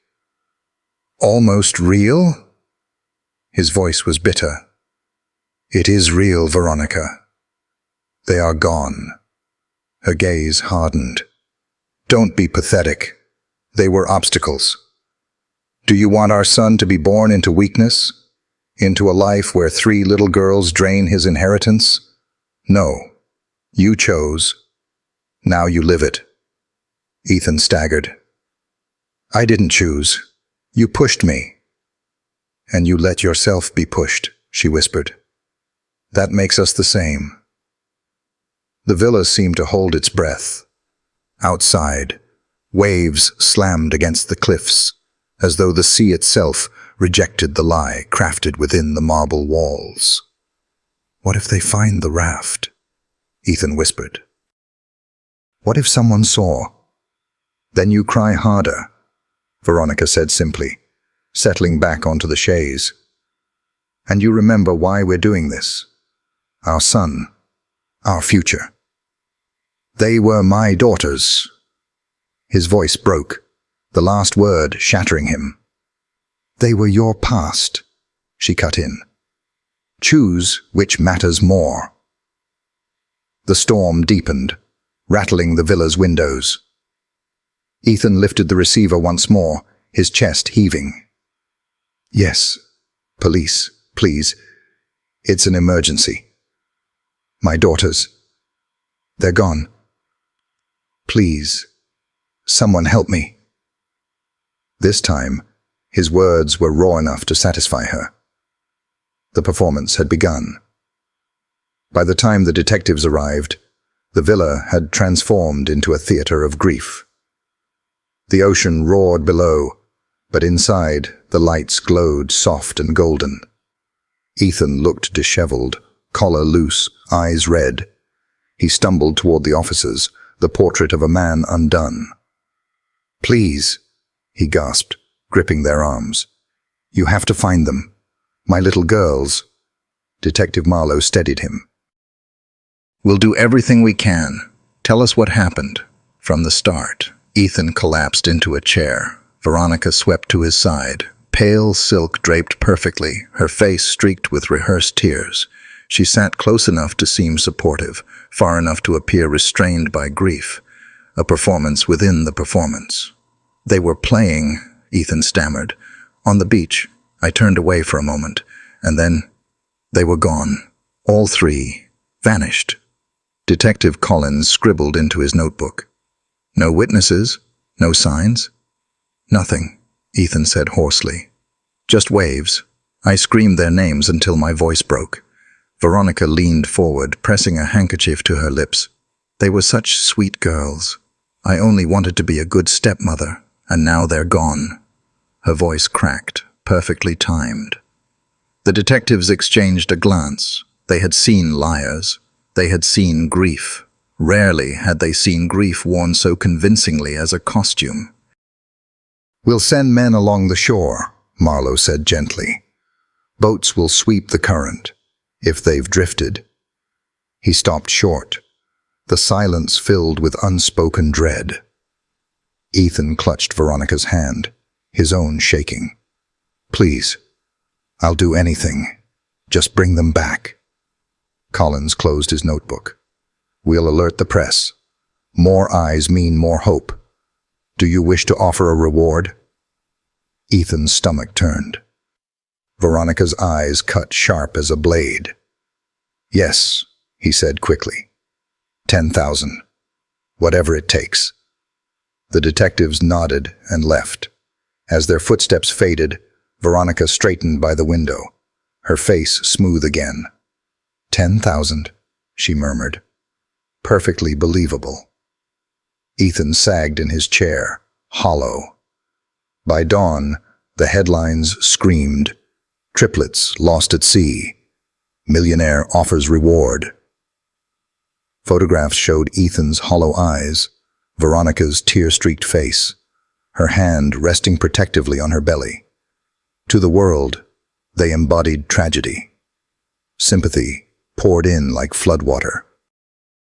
Neighbors who had never dared approach the villa now arrived with casseroles and flowers. Men offered boats for the search. Children left drawings at the gates. On the beach below, candlelight vigils shimmered in the wind. People spoke the girls' names aloud: Lily, Grace, Hope, as if they could call them back from the waves. The coastline became a hive of desperate love. Volunteers combed the sand with lanterns. Boats dragged nets through surf. Dogs barked into the wind, but the ocean kept its silence. Reporters described the grieving father, the angelic stepmother, the town united in sorrow. The lie grew, fed by ink and prayer. Inside, the rolls never dropped. Ethan sat in the drawing room, unshaven, his eyes red, staring at the telephone. To visitors, he was a broken father. Alone, he pressed his face into his hands, hearing echoes of laughter that became screams. He told himself it was for Veronica, for their unborn son. But the truth was crueler. He had been weak, and 3 little girls had paid the price. At night, he did not sleep. He lay beside Veronica, staring at the ceiling while she breathed peacefully. Lightning revealed her profile, serene, satisfied. Not grief, but triumph. She thrived on the attention, weeping on cue, praised by newspapers as an angel of sorrow. Women across the nation wept at her photograph. No one doubted her. Only Ethan saw her clearly. Each tear was rehearsed, each tremor calculated. And he, bound to her, was the co-star in a tragedy that began with betrayal and could end only in ruin. From the balcony, he watched candlelit vigils glow like stars across the sand. Voices rose in hymns, prayers mingled with the endless roar of the sea. His hands gripped the marble rail until his fingers ached.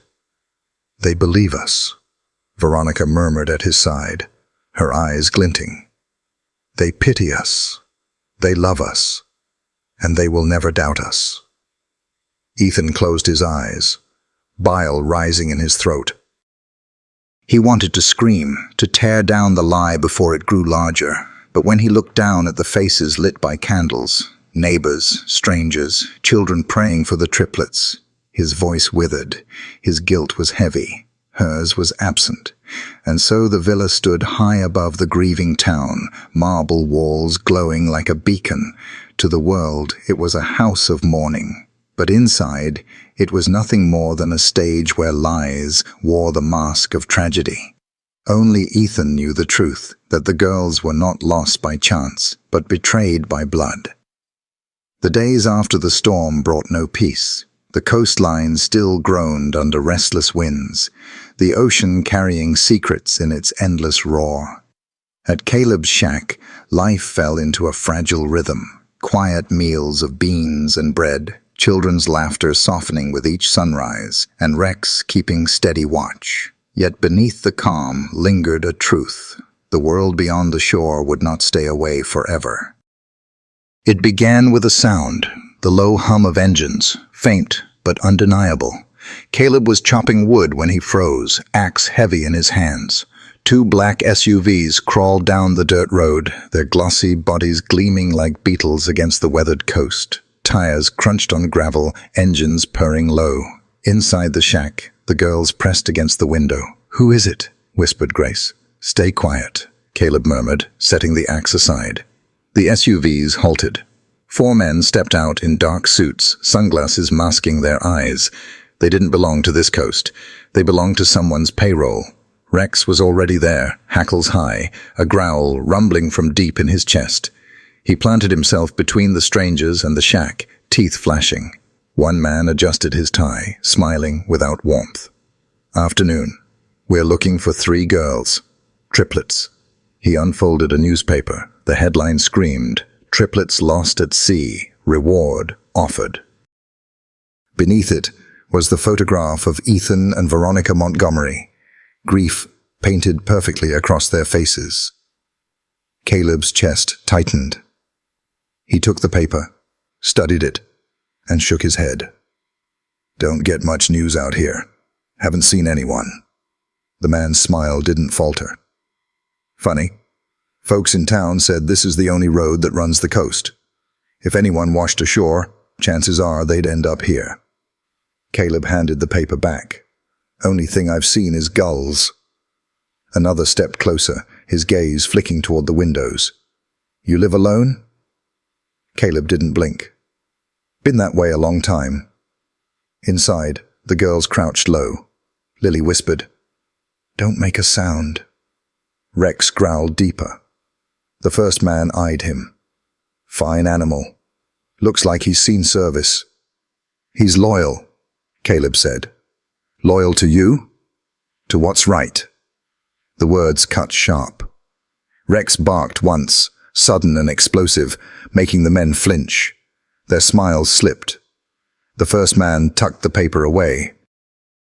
"If you do see anything, you'd best let us know. There's good money in it." His tone made clear it was no offer, but a warning. Caleb's jaw tightened. "If I see anything," he said evenly, "you'll be the first to know." They studied him a long moment, then turned back to their cars. Doors slammed, engines roared, and the SUVs climbed the road until only dust lingered. Inside, Grace whispered, "They knew." "They suspected," Caleb told them, crouching low, his voice steady. "Suspicion isn't proof. That's why you stay hidden." "They'll come back," Lily said, eyes wide. Caleb rested a hand on her shoulder. "Then we'll be ready." Beside him, Rex stared down the road, his growls simmering long after the dust had settled. The silence didn't last. Another engine's purr rose, softer this time. Caleb's stomach knotted. From the trees stepped one man, left behind. His jacket was pushed back to show the bulge of a weapon. "Well," he drawled, climbing the path. "Can't shake the feeling you weren't telling us everything, old man." Caleb stood calm on the porch, though his fingers clenched the railing. "You heard what I said. No one here but me." The man smirked. "My boss doesn't like uncertainty, and you look like a man hiding something." He took another step. Rex's snarl cracked the air, his body stiff with fury. The thug chuckled. "Big dog, loyal I bet, but loyalty won't stop a bullet." The words had barely left his mouth before Rex lunged. The German shepherd exploded from the porch, paws hammering wood, jaws bared. The man jerked back, fumbling for his weapon, but too slow. Rex was already on him, snapping inches from his arm. Sunglasses flew from his face, revealing eyes wide with fear. "Jesus!" he shouted, stumbling in the sand. Rex pressed forward, teeth flashing, growl thunderous. "Call him off!" the man barked, voice shaking. Caleb didn't move. "Step away from my porch!" The thug cursed, retreating as Rex advanced, every muscle coiled with rage. At last, the man stumbled far enough to feel safe, his pride stripped raw. He straightened his jacket with trembling hands. "This isn't over," he spat. Our boss won't be pleased." He disappeared into the trees. Rex stood rigid, chest heaving, eyes locked on the horizon. Only when silence returned did Caleb crouch beside him, hand steadying his fur. "Good boy. You bought us time." The shack door creaked. Lily's face peeked out. "Are they gone?" "For now," Caleb said, though the weight in his voice told the truth. They would return. That night, the storm drove rain against the fishing village of Ashen Cove. Lanterns flickered inside the meeting hall where Caleb stood before 24 neighbors. Their faces were roughened by salt and years of toil, but their eyes burned with worry. Rex sat at Caleb's feet, silent but unyielding. "3 girls," Caleb said, voice steady. "Triplets, the ones in the papers. They're not lost at sea. They're alive. They're here." The hall erupted in gasps. Elias, a fisherman, leaned forward. "Alive? But the headlines—" "The headlines are lies," Caleb cut in. "Their father wanted it that way. Men came to my shack today, not police but hired hounds. They're hunting these girls." A woman clutched her apron. "Why lie?" "Because the girls are inconvenient," Caleb said. "Their stepmother doesn't want them. Their father hasn't the spine to protect them. So he set them adrift, left the sea to claim them." His jaw tightened. "But the sea brought them to me instead." A boy whispered, "That's murder." His father hushed him, but the word hung in the air. Old Marta, the village midwife, rose slowly. Her cloudy eyes still carried weight. "You've done right bringing this to us, but hiding them from Ethan Montgomery, that's no small task." The hall buzzed with debate. "Report it," Elias urged. "Let the law handle it." "And bring the law sniffing around?" another snapped. "Montgomery money buys silence. Do you think the law will shield us?" "They're children," a woman cried. "We can't send them back." "Then what? Hide them forever. We'll be crushed." The arguments crashed like waves. Caleb stood silent, his hand on Rex's head, waiting for the noise to break. Finally, Marta raised her hand. The room stilled. Her voice trembled but held iron. "These children have already been abandoned once. They do not need another betrayal. If their mother is alive, she will come for them. Until then—" She paused, her lined face hardening. "Until then, they are ours." Her words cut through the storm. One by one, heads bowed. Even those who had argued now nodded, shame softening their faces. "So we stand guard," Elias muttered. "Aye," another agreed. "Until their mother comes, we stand guard." The vow spread from lip to lip, growing stronger with each repetition. Caleb's chest eased, though the burden still pressed heavy. He looked down at Rex, whose ears flicked, eyes sharp with readiness. "They'll come again," Caleb warned. "They won't stop until they find what they lost. But if they come here, they'll learn something Montgomery money can't buy." "What's that?" Elias asked. Caleb straightened, voice firm as stone. "A village that knows the worth of a child's life, and a dog that remembers who needs protecting." The shutters rattled with the storm, but inside the hall, something had shifted. Ashen Cove had chosen its side. Not power, not money, but 3 little girls whose laughter still belonged to the world. And on the floor beside Caleb, Rex lifted his head, eyes burning with the kind of loyalty that no fortune could purchase, no storm could wash away. The hum of the textile factory was endless, a ceaseless chorus of clattering machines and the heavy sigh of steam.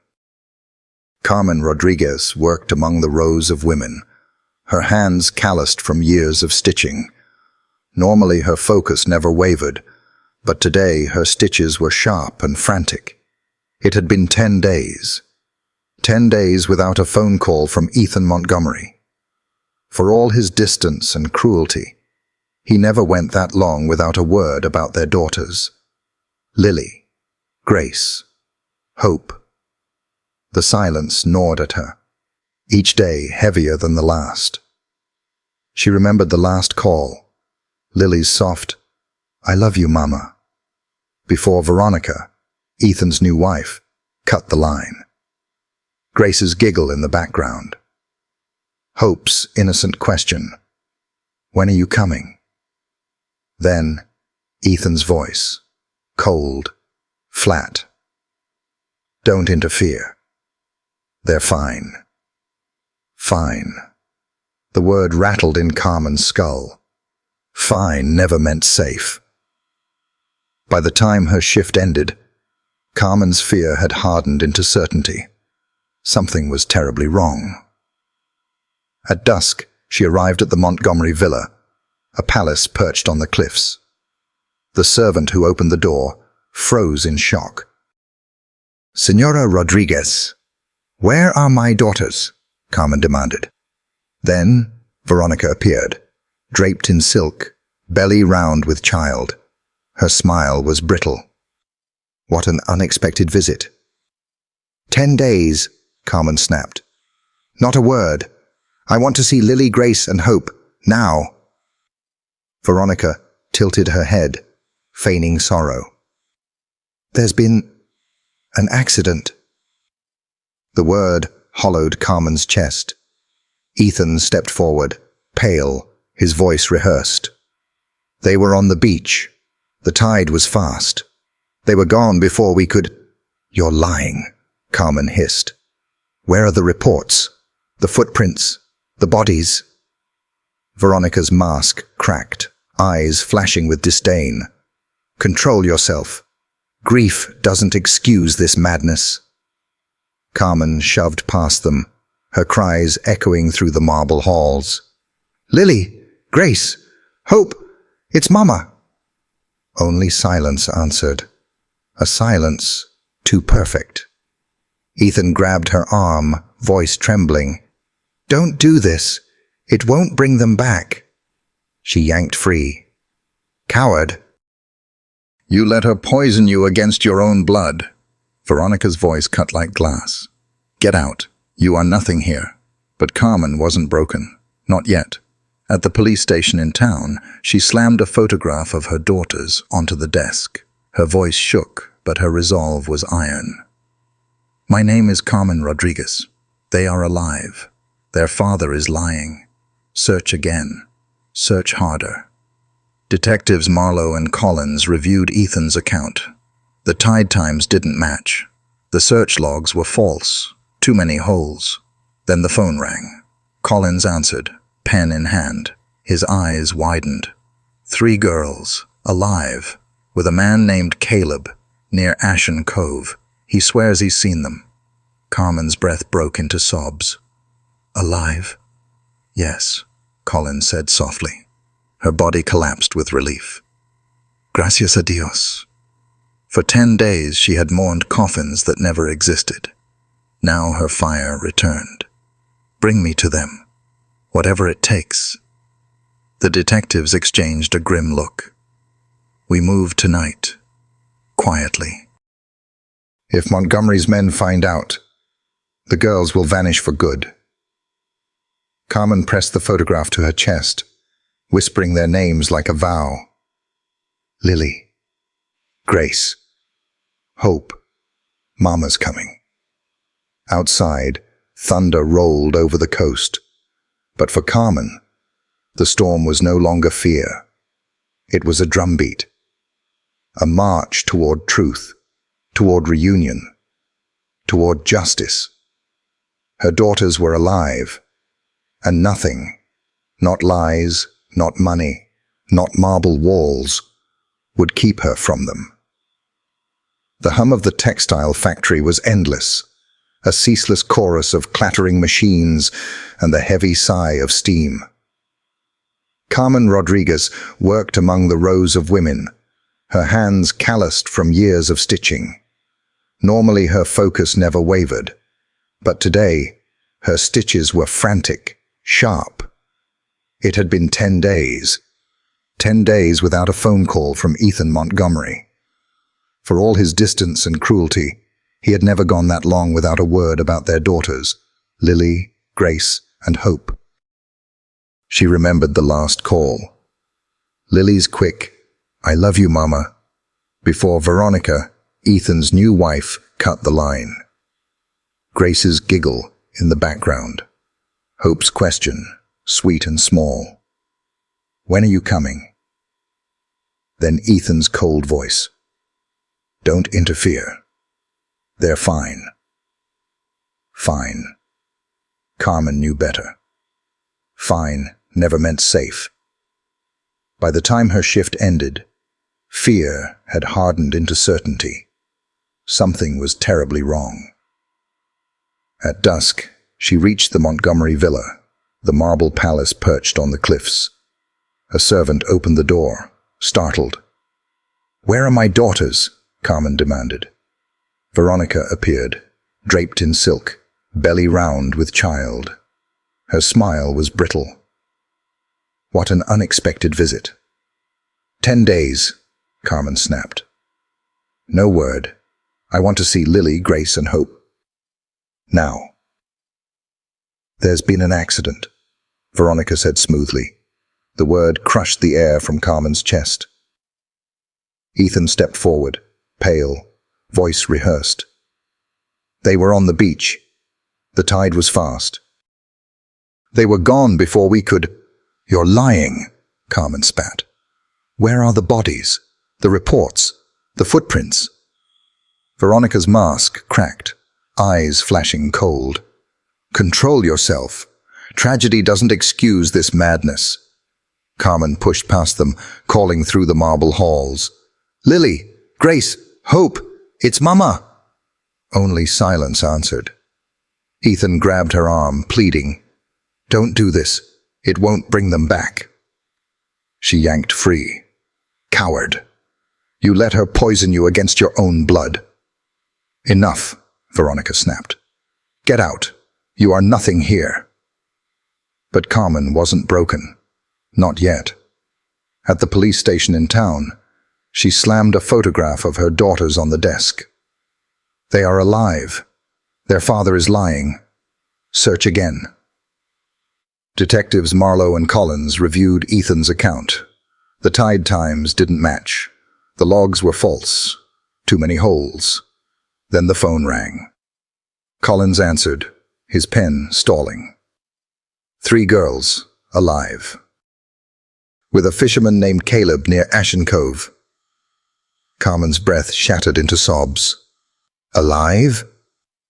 "Yes," Collins said softly. For 10 days she had mourned coffins in her heart.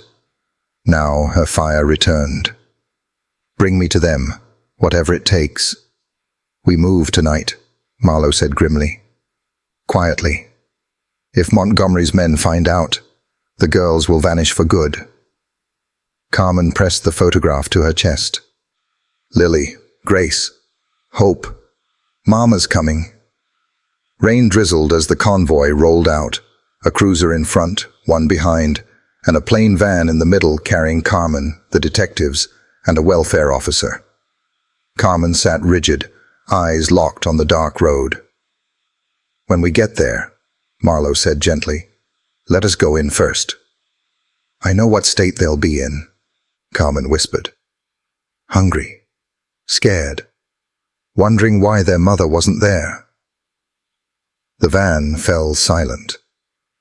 Out beyond town, the road narrowed along the cliffs, waves crashing below like drums. In the shack by the coast, Caleb sat by a low fire. The girls slept curled together under patched blankets.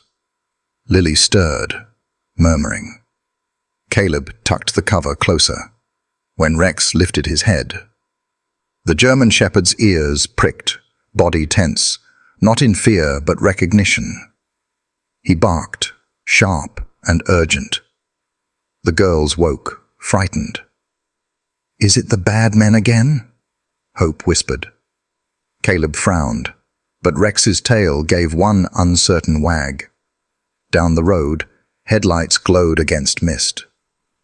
"No, little one," Caleb said, though his heart pounded. "Not this time." In the van, Carmen heard the bark faintly through rain. At first, she thought it was memory playing tricks. Then another rang out, clear and strong. She pressed her chest. "That's them. They're there." The convoy stopped before the shack. Carmen burst from the van, mud splashing her shoes, eyes locked on the doorway. And then it opened. 3 small figures stepped into the rain: Lily, Grace, and Hope. Their nightclothes were patched, hair tangled, eyes wide with fear and hope. For a frozen moment they stared at the strangers. Then Lily's gaze found her. "Mommy!" The cry cracked the night. The girls surged forward, bare feet splashing through puddles. Carmen fell to her knees, arms flung wide. The photographs slipped from her hand, lost to the rain. She pulled them into her, kissing their faces, whispering their names like prayer. "Lily, Grace, Hope, my babies." The girls clung to her, weeping. "We thought you were gone forever," Lily sobbed. "I will never leave you again," Carmen vowed, holding them so tight she feared she might break them. Behind them, hardened detectives bowed their heads. Anita wiped tears from her eyes. Caleb stood at the porch rail, his hands trembling. Beside him, Rex whined softly, tail sweeping the boards. He had been their sentinel, and now his watch was fulfilled. Carmen's gaze met Caleb's. No words were needed. Gratitude deeper than the sea filled the space between them. The embrace in the rain was more than reunion. It was defiance, a victory over cruelty, proof that love could not be erased. Inside the shack, the fire crackled. Carmen sat with her daughters pressed close. The detectives gave them time, but eventually truth demanded its voice. Marlowe crouched low, his voice gentle. "Girls, can you tell me what happened?"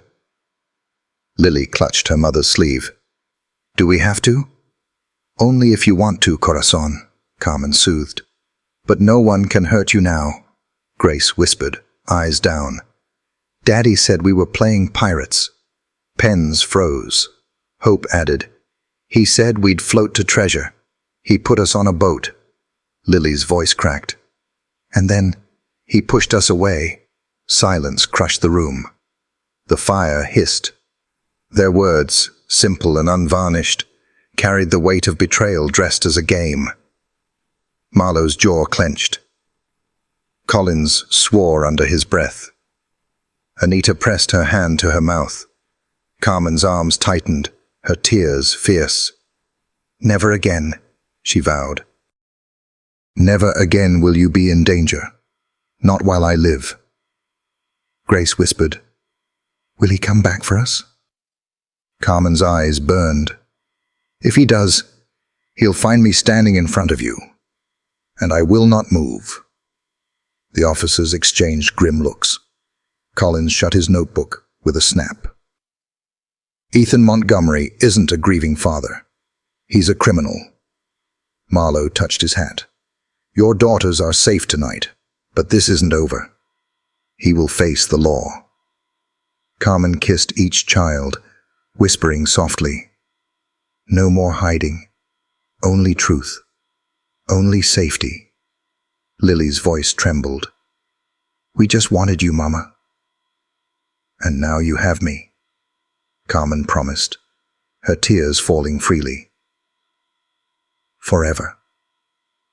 That night, in a shack by the sea, beneath storm clouds and the steady breath of a faithful dog, innocence reclaimed its place in the world, and in the center of it, Carmen Rodriguez swore with every fiber of her being that nothing, no lie, no wealth, no cruelty, would ever take her daughters again. The interrogation room was stark. White walls, a single buzzing bulb, and a steel table that caught every shadow. Rain tapped the narrow window, steady as a ticking clock.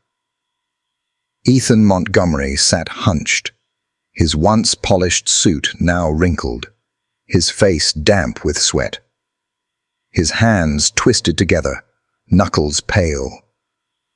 Across from him sat Detectives Marlowe and Collins, the thick case file between them. To one side, his high-priced lawyer leaned back with false confidence. Marlowe's voice was steady. For 10 days you told the world your daughters were lost at sea. You staged vigils, cried on camera, offered rewards. He slid a photograph across the table. Carmen with the triplets, alive, clinging to her as if to the last light in the world. But tonight, the lie ends. Your daughters are safe, and they told us the truth. Ethan's eyes flicked to the photo, lips trembling. Collins leaned forward. Their words were clear. Daddy put us on a boat and pushed us away. The lawyer bristled. Children misremember. Trauma confuses. Marlowe's palm cracked against the file. Enough. We have tide charts disproving your story. Witnesses saw black cars prowling the coast. And now, your daughters, ready to testify. Ethan's hands shook violently. Collins softened his tone. Why, Ethan? Why would a father do this? Silence. Then a broken whisper. She made me. Veronica said she'd kill our baby boy if I didn't.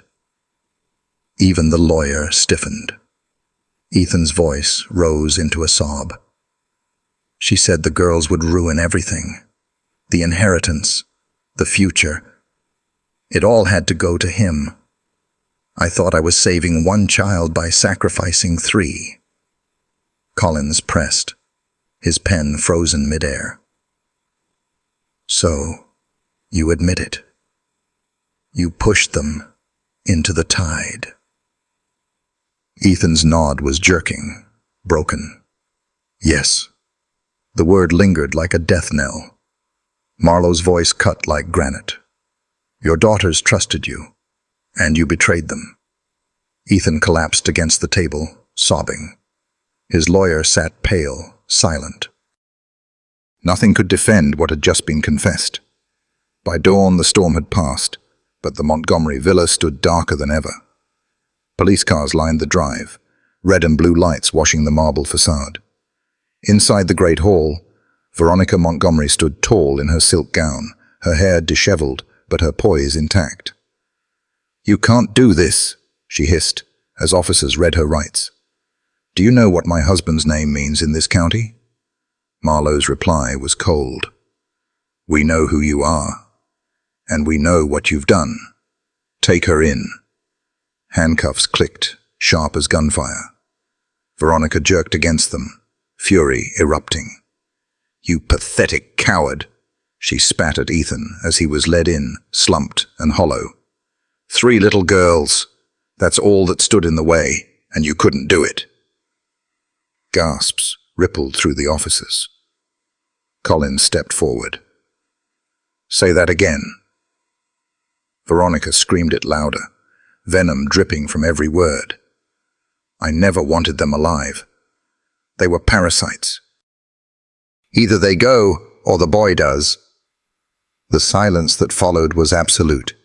Marlowe's voice came steady. You just sealed your fate. Dragged toward the door, Veronica shrieked, Without me there is nothing, no son, no legacy. But her words rang hollow, devoured by the emptiness of the hall. The courthouse loomed like a fortress, swarmed by reporters. Inside, the gallery was packed with townsfolk, fishermen, teachers. people who had once feared the Montgomery name. At the defense table, Ethan sat gaunt, hollow. Veronica, in prison garb, still held her chin high, though cracks showed in her mask. The prosecution cut sharp. Detectives testifying, tide charts disproving timelines, villagers recalling black SUVs, and then the tape of the triplets. Daddy put us on a boat, and he pushed us away. The innocence of those voices fell like a blade. Ethan buried his face in his hands. Veronica glared at the floor. Defense arguments faltered, claims of pressure, grief, misunderstanding. But the jury's faces were unmoved. Then came the community. Caleb, the old fisherman, spoke first. I found those girls clinging to each other, starving. I don't need papers to tell you what happened. I saw the fear in their eyes. Murmurs swept the room. Marta, the schoolteacher, recalled Lily whispering her mother's name in the night. Jacob, the blacksmith, spoke of Rex, the old German shepherd, guarding the children when men hesitated. Even a dog knew what was right when others didn't. All eyes turned to the back of the courtroom, where Rex lay quietly at Caleb's feet, allowed by the judge as an exception for a hero. The sight of him broke any lingering doubt. The jury deliberated only 4 hours. On the charge of attempted homicide, we find Ethan Montgomery guilty. On conspiracy to commit murder, guilty. On child endangerment, guilty. Ethan sagged, tears streaking his face. On the charge of attempted homicide, the foreman continued, we find Veronica Montgomery guilty. On conspiracy to commit murder, guilty. On child endangerment, guilty. Veronica erupted, shackles clanking. You fools! You'll regret this! Officers forced her down. Judge Ramirez's voice thundered. Ethan Montgomery, 15 years. Veronica Montgomery, 10 years. No parole. May justice remind us that no wealth, no influence excuses betrayal of the most sacred trust, the lives of children. The gavel struck. Carmen collapsed into her seat, relief breaking over her at last. Her daughters were safe. Caleb scratched Rex's ears, his old eyes misting. We did it, boy. The shepherd thumped his tail, eyes steady on the family he had helped keep whole. Outside, cameras flashed. Headlines screamed, but none of it mattered. As Carmen stepped into the sunlight, her daughters ran into her arms. She held them tight, whispering words she had sworn before, but now with unshakable certainty, never again. The sea had calmed since the trial, its waves rolling gentle against the rocks of Ashen Cove. The salty air no longer smelled of danger, but of renewal, as though the tide itself was helping to wash away betrayal. The fishing village returned to its rhythm of nets and sails, but something in its heartbeat had changed. It carried not just survival now, but healing. Carmen Rodriguez made her choice quietly. She sold the cramped apartment near the factory and left behind years of exhaustion and grief. Her place was here, on the coast, where her daughters had been saved. The triplets clung to her at first, unwilling to let her out of sight. But fear loosened its grip with each day. Their laughter grew brighter, their bare feet pattered across sand, and their nightmares softened into dreams. They called Caleb Grandpa before anyone suggested it. One morning, Lily climbed onto his knee as he mended a net and said simply, "Teach me, Grandpa." Caleb froze, his throat tight, then smiled. "All right, little one." From then on, the name stuck, shouted across the yard, whispered at night under extra blankets, spoken with love. After years of solitude, Caleb now had 3 girls racing to greet him whenever he came home. The shack transformed too. Villagers helped expand it into a small, sturdy home. Curtains fluttered, bread baked in the kitchen, and driftwood toys carved by Caleb filled the shelves. Carmen cooked while the girls stirred soup. Rex, once only a guardian, discovered joy. He splashed through surf with the triplets, endured flower crowns in his fur, and curled at their feet each night to chase nightmares away. Carmen often stood in the doorway, her hand pressed to her chest, whispering, "Gracias, Rex." Evenings on the porch became a ritual. Caleb smoking slowly, the girls leaning against Carmen, Rex stretched at their feet. "Do we have to leave?" Hope asked one night. Carmen kissed her head. "No, mi amor. This is our home now." Caleb chuckled. "Especially mine." Their laughter sealed the promise. Life unfolded in rhythms of discovery. Caleb took the girls fishing at dawn, guiding their tiny fingers through knots, teaching them patience as the sea mist kissed their cheeks. Their first silver fish was lifted high with squeals of triumph. "The sea teaches patience," he told them. "Patience will serve you better than gold." When not on the water, Marta, the schoolteacher, spread books across her table. "Every word is a key," she said. The girls repeated new words to Rex, giggling as he tilted his head.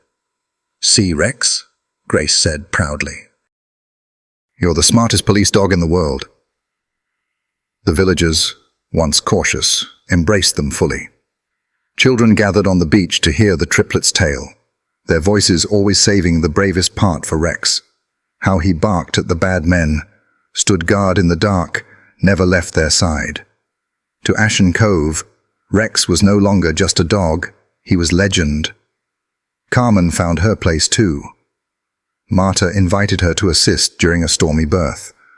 Carmen's calm steadied the mother, and when the baby cried, Marta whispered, "You have the gift." Word spread.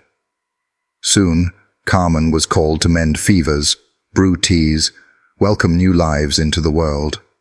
She opened a small shop by the dock, trading sewing and herbs for bread or fish. No longer a guest, she was one of their own. One evening Lily asked, "Mama, do we have to go back to the city someday?" Carmen knelt, smoothing her hair. "No, corazón. The sea has given us a home. We belong here now." Rex's tail thumped in quiet agreement. Under the stars, the village thrived. Nets drying in the breeze, lamps glowing warm in windows, children's laughter floating across the tide. For Carmen, once broken by loss, it was not only healing, but rebirth. Each day her daughters grew stronger, their eyes carrying the same lesson she had been given. Love, once anchored, could weather any storm. And so they sat one evening on the sand, the girls curled against Carmen, Caleb resting on a driftwood log, Rex stretched across the shore. The fire crackled, the sea shimmered like liquid gold, and peace at last held them. He was no longer just a guardian, no longer just a German shepherd. He was family, eternal in his devotion. The triplets had spent the afternoon chasing the tide, their skirts wet, their hair tangled with salt. Now exhaustion wrapped around them, their eyelids heavy as the day drew to a close. Yet even in their drowsiness, their hands reached instinctively for Rex. Grace's small palm rested on his back. Lily leaned her head against his flank. Hope pressed her cheek to his paw. Carmen watched them, her throat tightening with the tenderness of the sight. She brushed the hair from Lily's forehead, her voice low, carrying over the hush of the waves. "Family," she whispered, "is not who abandons us, but who chooses to love us." The girls stirred, their eyes flicking up to hers, sleepy but listening. "Family is the ones who stay," she continued softly, "the ones who fight for us, who guard us, who never let us go." She kissed the top of Hope's head, her tears glistening in the fading light. And we are a family now. Always. The girls smiled drowsily, the truth of her words weaving into their young hearts like a lullaby. Always, Grace echoed, her voice no louder than the sea breeze. Caleb turned his face from the horizon, his eyes meeting Carmen's. For a moment, no words were needed. His nod, his faint smile, said what both of them knew, that blood had betrayed, but love had healed. Rex shifted slightly, his eyes opening, ears twitching at the sound of Carmen's voice. He lifted his head and looked at her, then at the children tucked against him. His gaze was steady, as if he understood the vow spoken aloud. He laid his chin back down on the sand, content, his watch unending. The sun lowered further, the sky now aflame with streaks of crimson and violet. Shadows stretched long across the beach, but the family remained gathered close, a small circle of warmth against the immensity of the sea. The ocean that had once nearly claimed 3 innocent lives now reflected back nothing but light. Golden, calm, endless. It carried no malice, no threat, only renewal. It seemed to whisper a promise. The past was gone. The future was theirs to shape.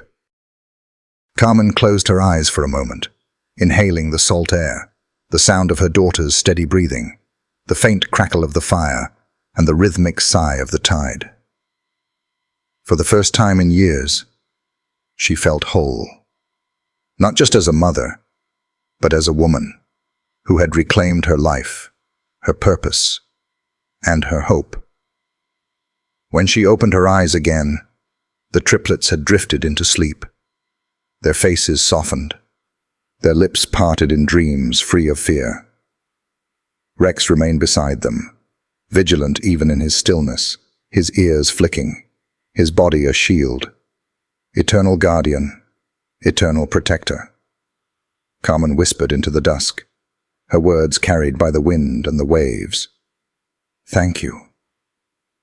The tide rolled in, gentle and golden, as if answering back, and as the last rim of sun sank beneath the horizon, Ashen Cove held its quiet promise, that family could be rebuilt, that wounds could heal, and that hope, like the sea, could return endlessly, no matter how many times it had been lost. Sometimes the stories that stay with us aren't about grand victories, but about quiet moments of loyalty, the way a German shepherd lies at a child's feet, or how a dog's steady gaze can pull someone back from despair. They remind us that love doesn't always come from where we expect it, but it always finds us when we need it most. If you've ever looked into your dog's eyes and felt that unspoken bond, you already know what I mean. It's more than companionship. It's family. I recently came across a resource that shares simple ways to strengthen that connection, little things that help us understand and honor the loyalty our dogs so freely give. I'll leave it here for you to explore if it speaks to you. It might bring you closer to your own four-legged friend, and if this story touched you, I hope you'll stay with us for the next one, because every tale of courage, every whisper of love, reminds us why these animals matter so much.